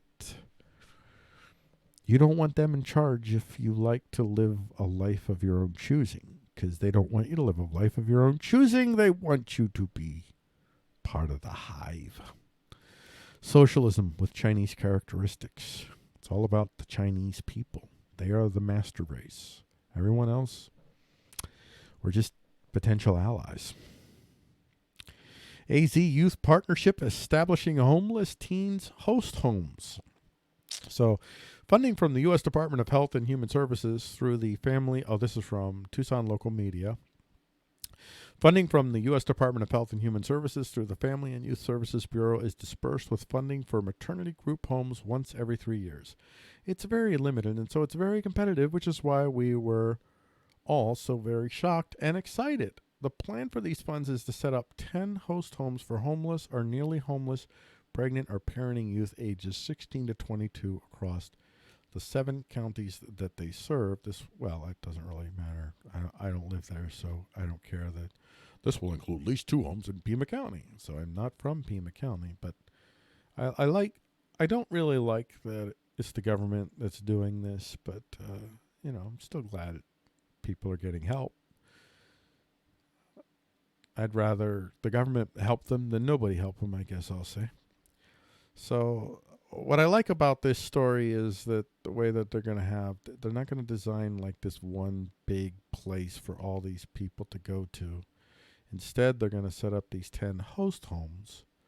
And so they can have smaller groups, less, because you see a lot of these group homes are pretty big. And I really like that this is decentralized in nature. That's why I focused on that story. That's why I put it there. Because that was a non-centralized solution. I like that. Although, again, it was a centralized authority that provided the funding, but still, it's a nudge in the right direction. Your AI interviewer will see you now, from WBUR, Washington Post. They quote from Washington Post here. A face scanning rhythm increasingly decides whether you deserve the job. An artificial intelligence hiring system has become a powerful, I laugh, but I cry, a powerful gatekeeper for some of America's most prominent employers, reshaping how companies assess their workforce and how prospective employees prove their worth. This is insane. You fucking idiots. It's just nuts. I'm just going to tell you, listen, AI is awesome. I'm a big fan of it, but it's nowhere near what these idiots think it is. It's nowhere near ready for them to use it. And you should never use it in this way. This is absolutely not. This is what you do. This is capitalism, by the way. This is why I'm not a capitalist. I'm not a communist, though. I'm none of those things. I'm none of your fucking ideologies. But anyway, this is not the way to begin a relationship to me. No, this is not an authentic relationship built in a consensual manner in which individuals are going to rise and fall on their own merits. It's pretty creepy. You're treating human beings like they're just instruments. This is instrument thinking. If you don't think of human beings as instruments, then you don't do this. You don't incorporate AI to try to find your best people. You just invite people to become part. Well, I mean, that's not going to happen in capitalism. You're not going to have systems where you can actually have people that are just, you find groups that are finding ways to live, and you throw in with them. And maybe this group has found, hey, man, we can make these widget thingies, like, really good. Okay, well, why don't you give it a try? You just give them a try.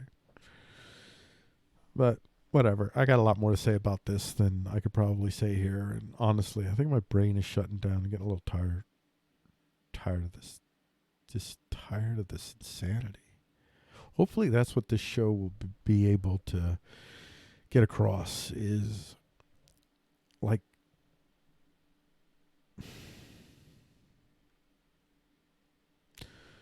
we live in a weird, diametrically opposed reality. On one hand, we live in a world in which the powers that be have increasing ability to monitor and track and tax and prohibit and police.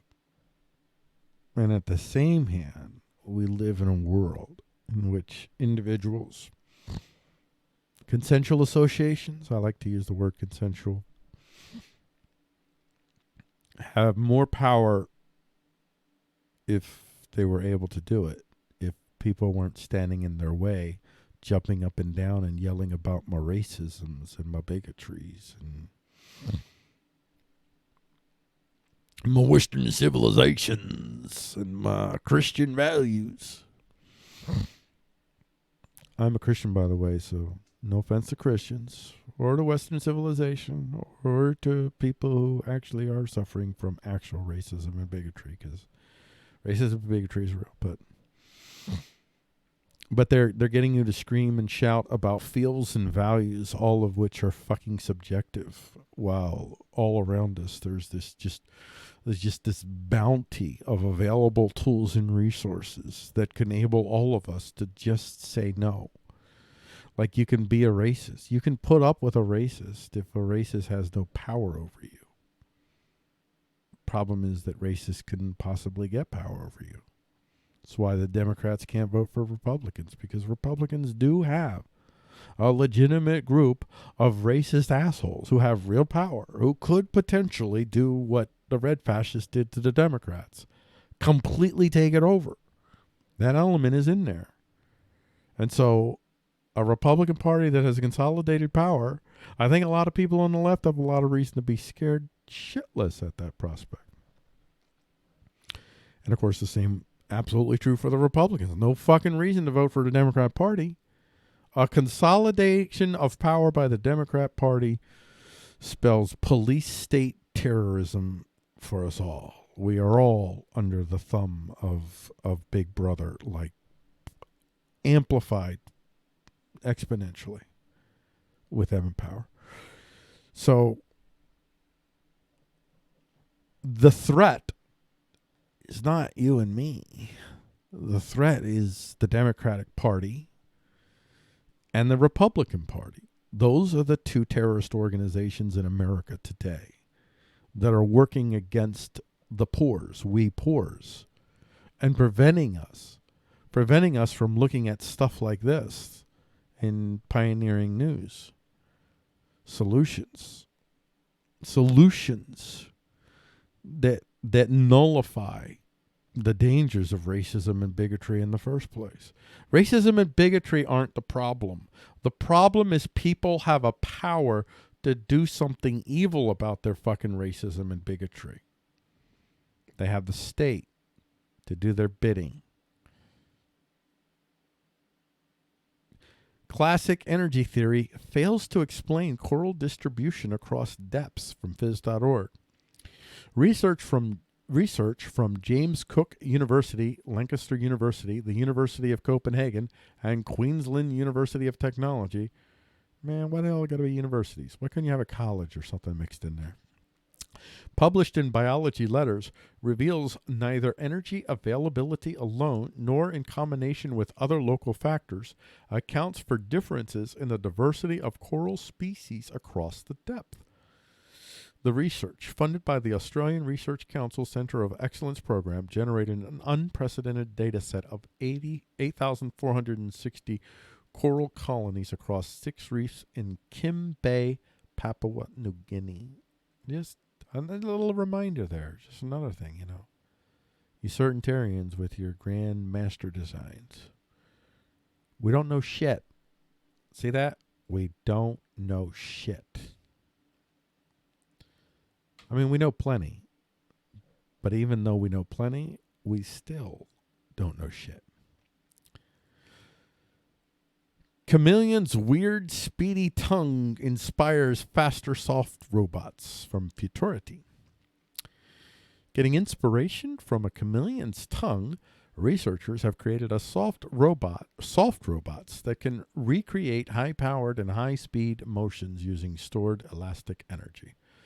Chameleons, salamanders, and many toads use stored elastic energy to launch their sticky tongues at unsuspecting insects located up to 1.5 body lengths away, catching them within 1/10 of a second.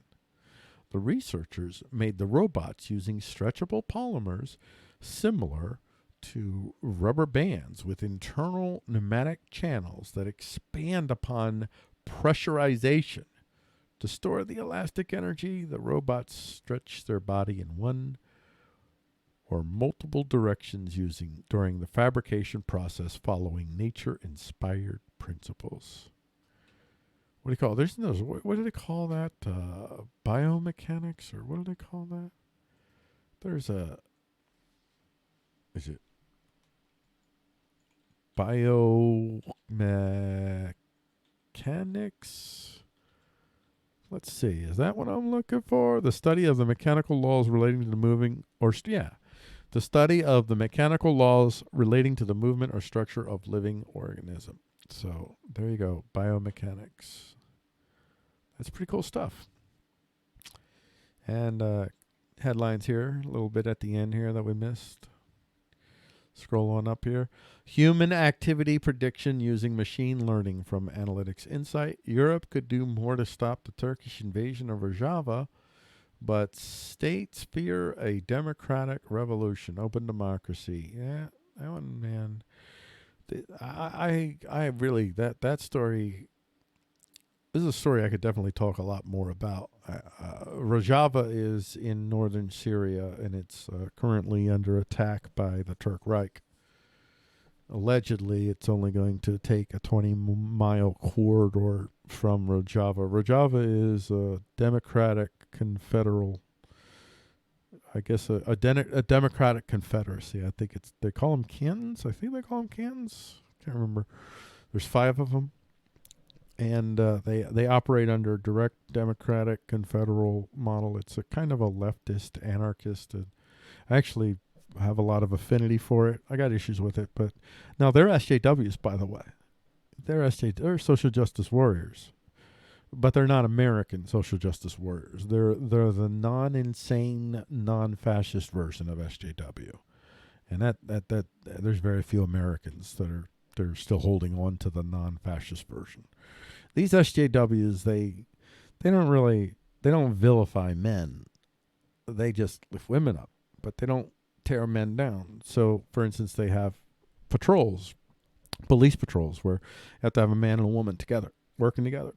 All their governance, and you can call it government. It's kind of like in between government and non-anarchy, I guess. That's really it's called I think the Murray Bookchin.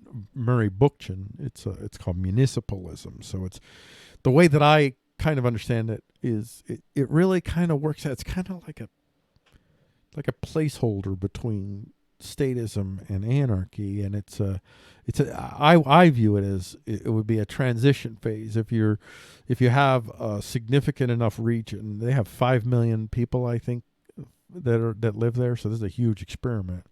5 million people in a region that is, I guess, I want to say maybe the size of maybe Pennsylvania, maybe that big. No, not that big.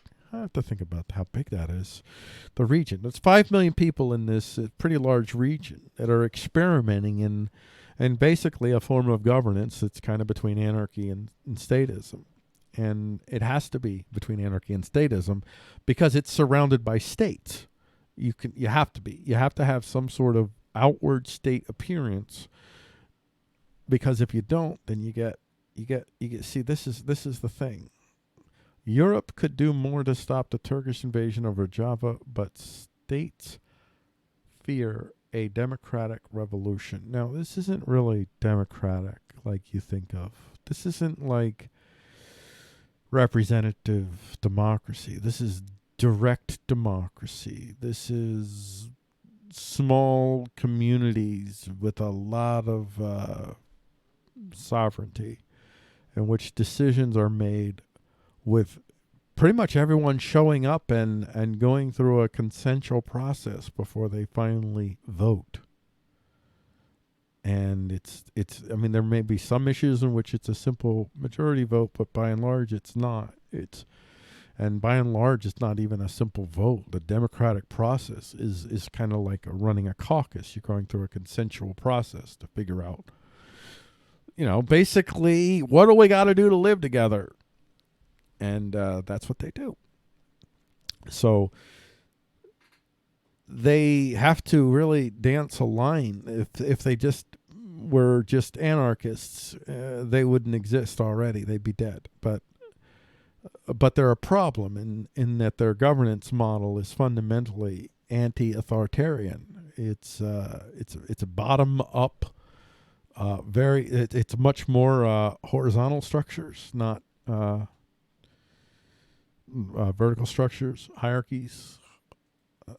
So that is kind of like what happened when the Netherlands first became a republic. Well, it was surrounded by kingdoms, and just being a republic, something fundamental, something that flew in the face of the authority that the kings claimed, and let everybody know that you could actually have a prosperous land without kings. And that's what they are. They let you know you could have a prosperous land without authority, so to speak, without hierarchy, so to speak. You got to die. And so the Dutch Netherlands spent, I don't know how many years, 20 years, however many years it was, fighting England and France and everybody else who wanted them to die.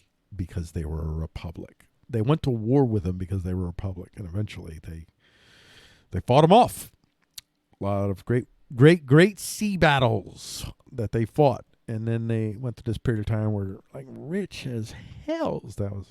That's another story. But anyway, that is a very interesting story to me, and I'm following. By the way, if I do this show and I keep doing it, you're going to hear a lot about Rojava. You're going to hear a lot about Catalonia, these kinds of things, especially right here, Pioneering Herald. That's where all this stuff goes. So it's been almost 2 hours, and I've only gotten to 2 of these. So that tells me that this might be how I do it. This might be it. This might be the show. The show just might be Newsfire and Pioneering Herald, and I don't know, man. I didn't get to this. Oh, I do want to get to this, though. You know what? I want to get to this because this bums me out seriously, man. That's a hard pill to swallow. Dude. Legendary actor John Witherspoon passes away at 77. This is from The Shade Room. The entertainment world has lost a legend today. John Witherspoon has passed away at 77 at his California home today, and his fellow actors and friends are mourning the veteran actor and comedian. He's most known for his roles in the Friday franchise. He's played a lot of other things, but the Friday franchise. Yeah, he definitely made those movies, like, without him. Like, I mean, you can say that about a number of those dudes. Yeah, but I would say that dude. I was so bummed when I found this out. It is with deep sorrow that we can confirm our beloved husband and father, John Witherspoon, one of the hardest working men in show business, died today at his home, Sherman Oaks, age of 77. Witherspoon's family said he survived by his wife and his son and a large family. We're all in shock. It must have been sudden. I wonder if he died of a heart attack. That's what I would be thinking, heart attack. So let's see. Does it say how he died? Nope. Doesn't say. It just shows some of the... I mean, that dude, he was one of these DGAFers, man. You just got that, like, even in interviews, you listen to the guy talk, and he just had this swagger to him. Swagger main. DGAF main. And I love DGAF, man. Don't give a fuck. That's him. And it's tough when the DGAFs go, because they have a certain, I don't know, they have a certain air of immortality about them. So, Godspeed, my brother. I'll miss you. There you go. I think I'll end it there. You guys, just step away from the certainty and step away from the grand plans and just get a fucking 3D printer. That's far more valuable. And you know what? If you really want to help Black America, get 3D printers in all their homes. Like, let's just get $3 trillion. Let's just put it on our tab. Fuck it. Get $3 trillion. Just print that shit and just fucking hit these communities hard. These blighted communities.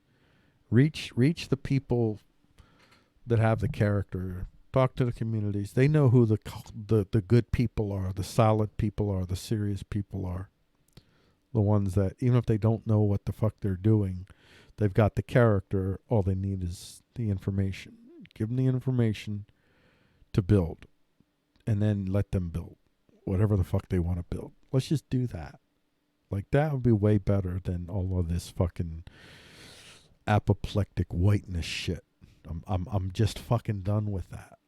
Anybody says whiteness or white guilt to me, and I'll punch you in the fucking face. I'm not gonna fucking put up with it. I punch Nazis, and I punch people that say that shit too. So just don't fucking say it. It's fucking rude. It's vulgar. I don't want a divorce. I'm willing to give you another chance. Let's sit down and let's fucking figure out how to live in this fucking land. And after we figure out how to live in this fucking land, Then let's deal with what we're doing to the rest of the world, because that has to be talked about at some point pretty soon. Because we can be prosperous without being murderous. I believe we can be prosperous without being murderers. I guess I'm going to end it there. You guys, maybe I'll see you tomorrow. We'll see.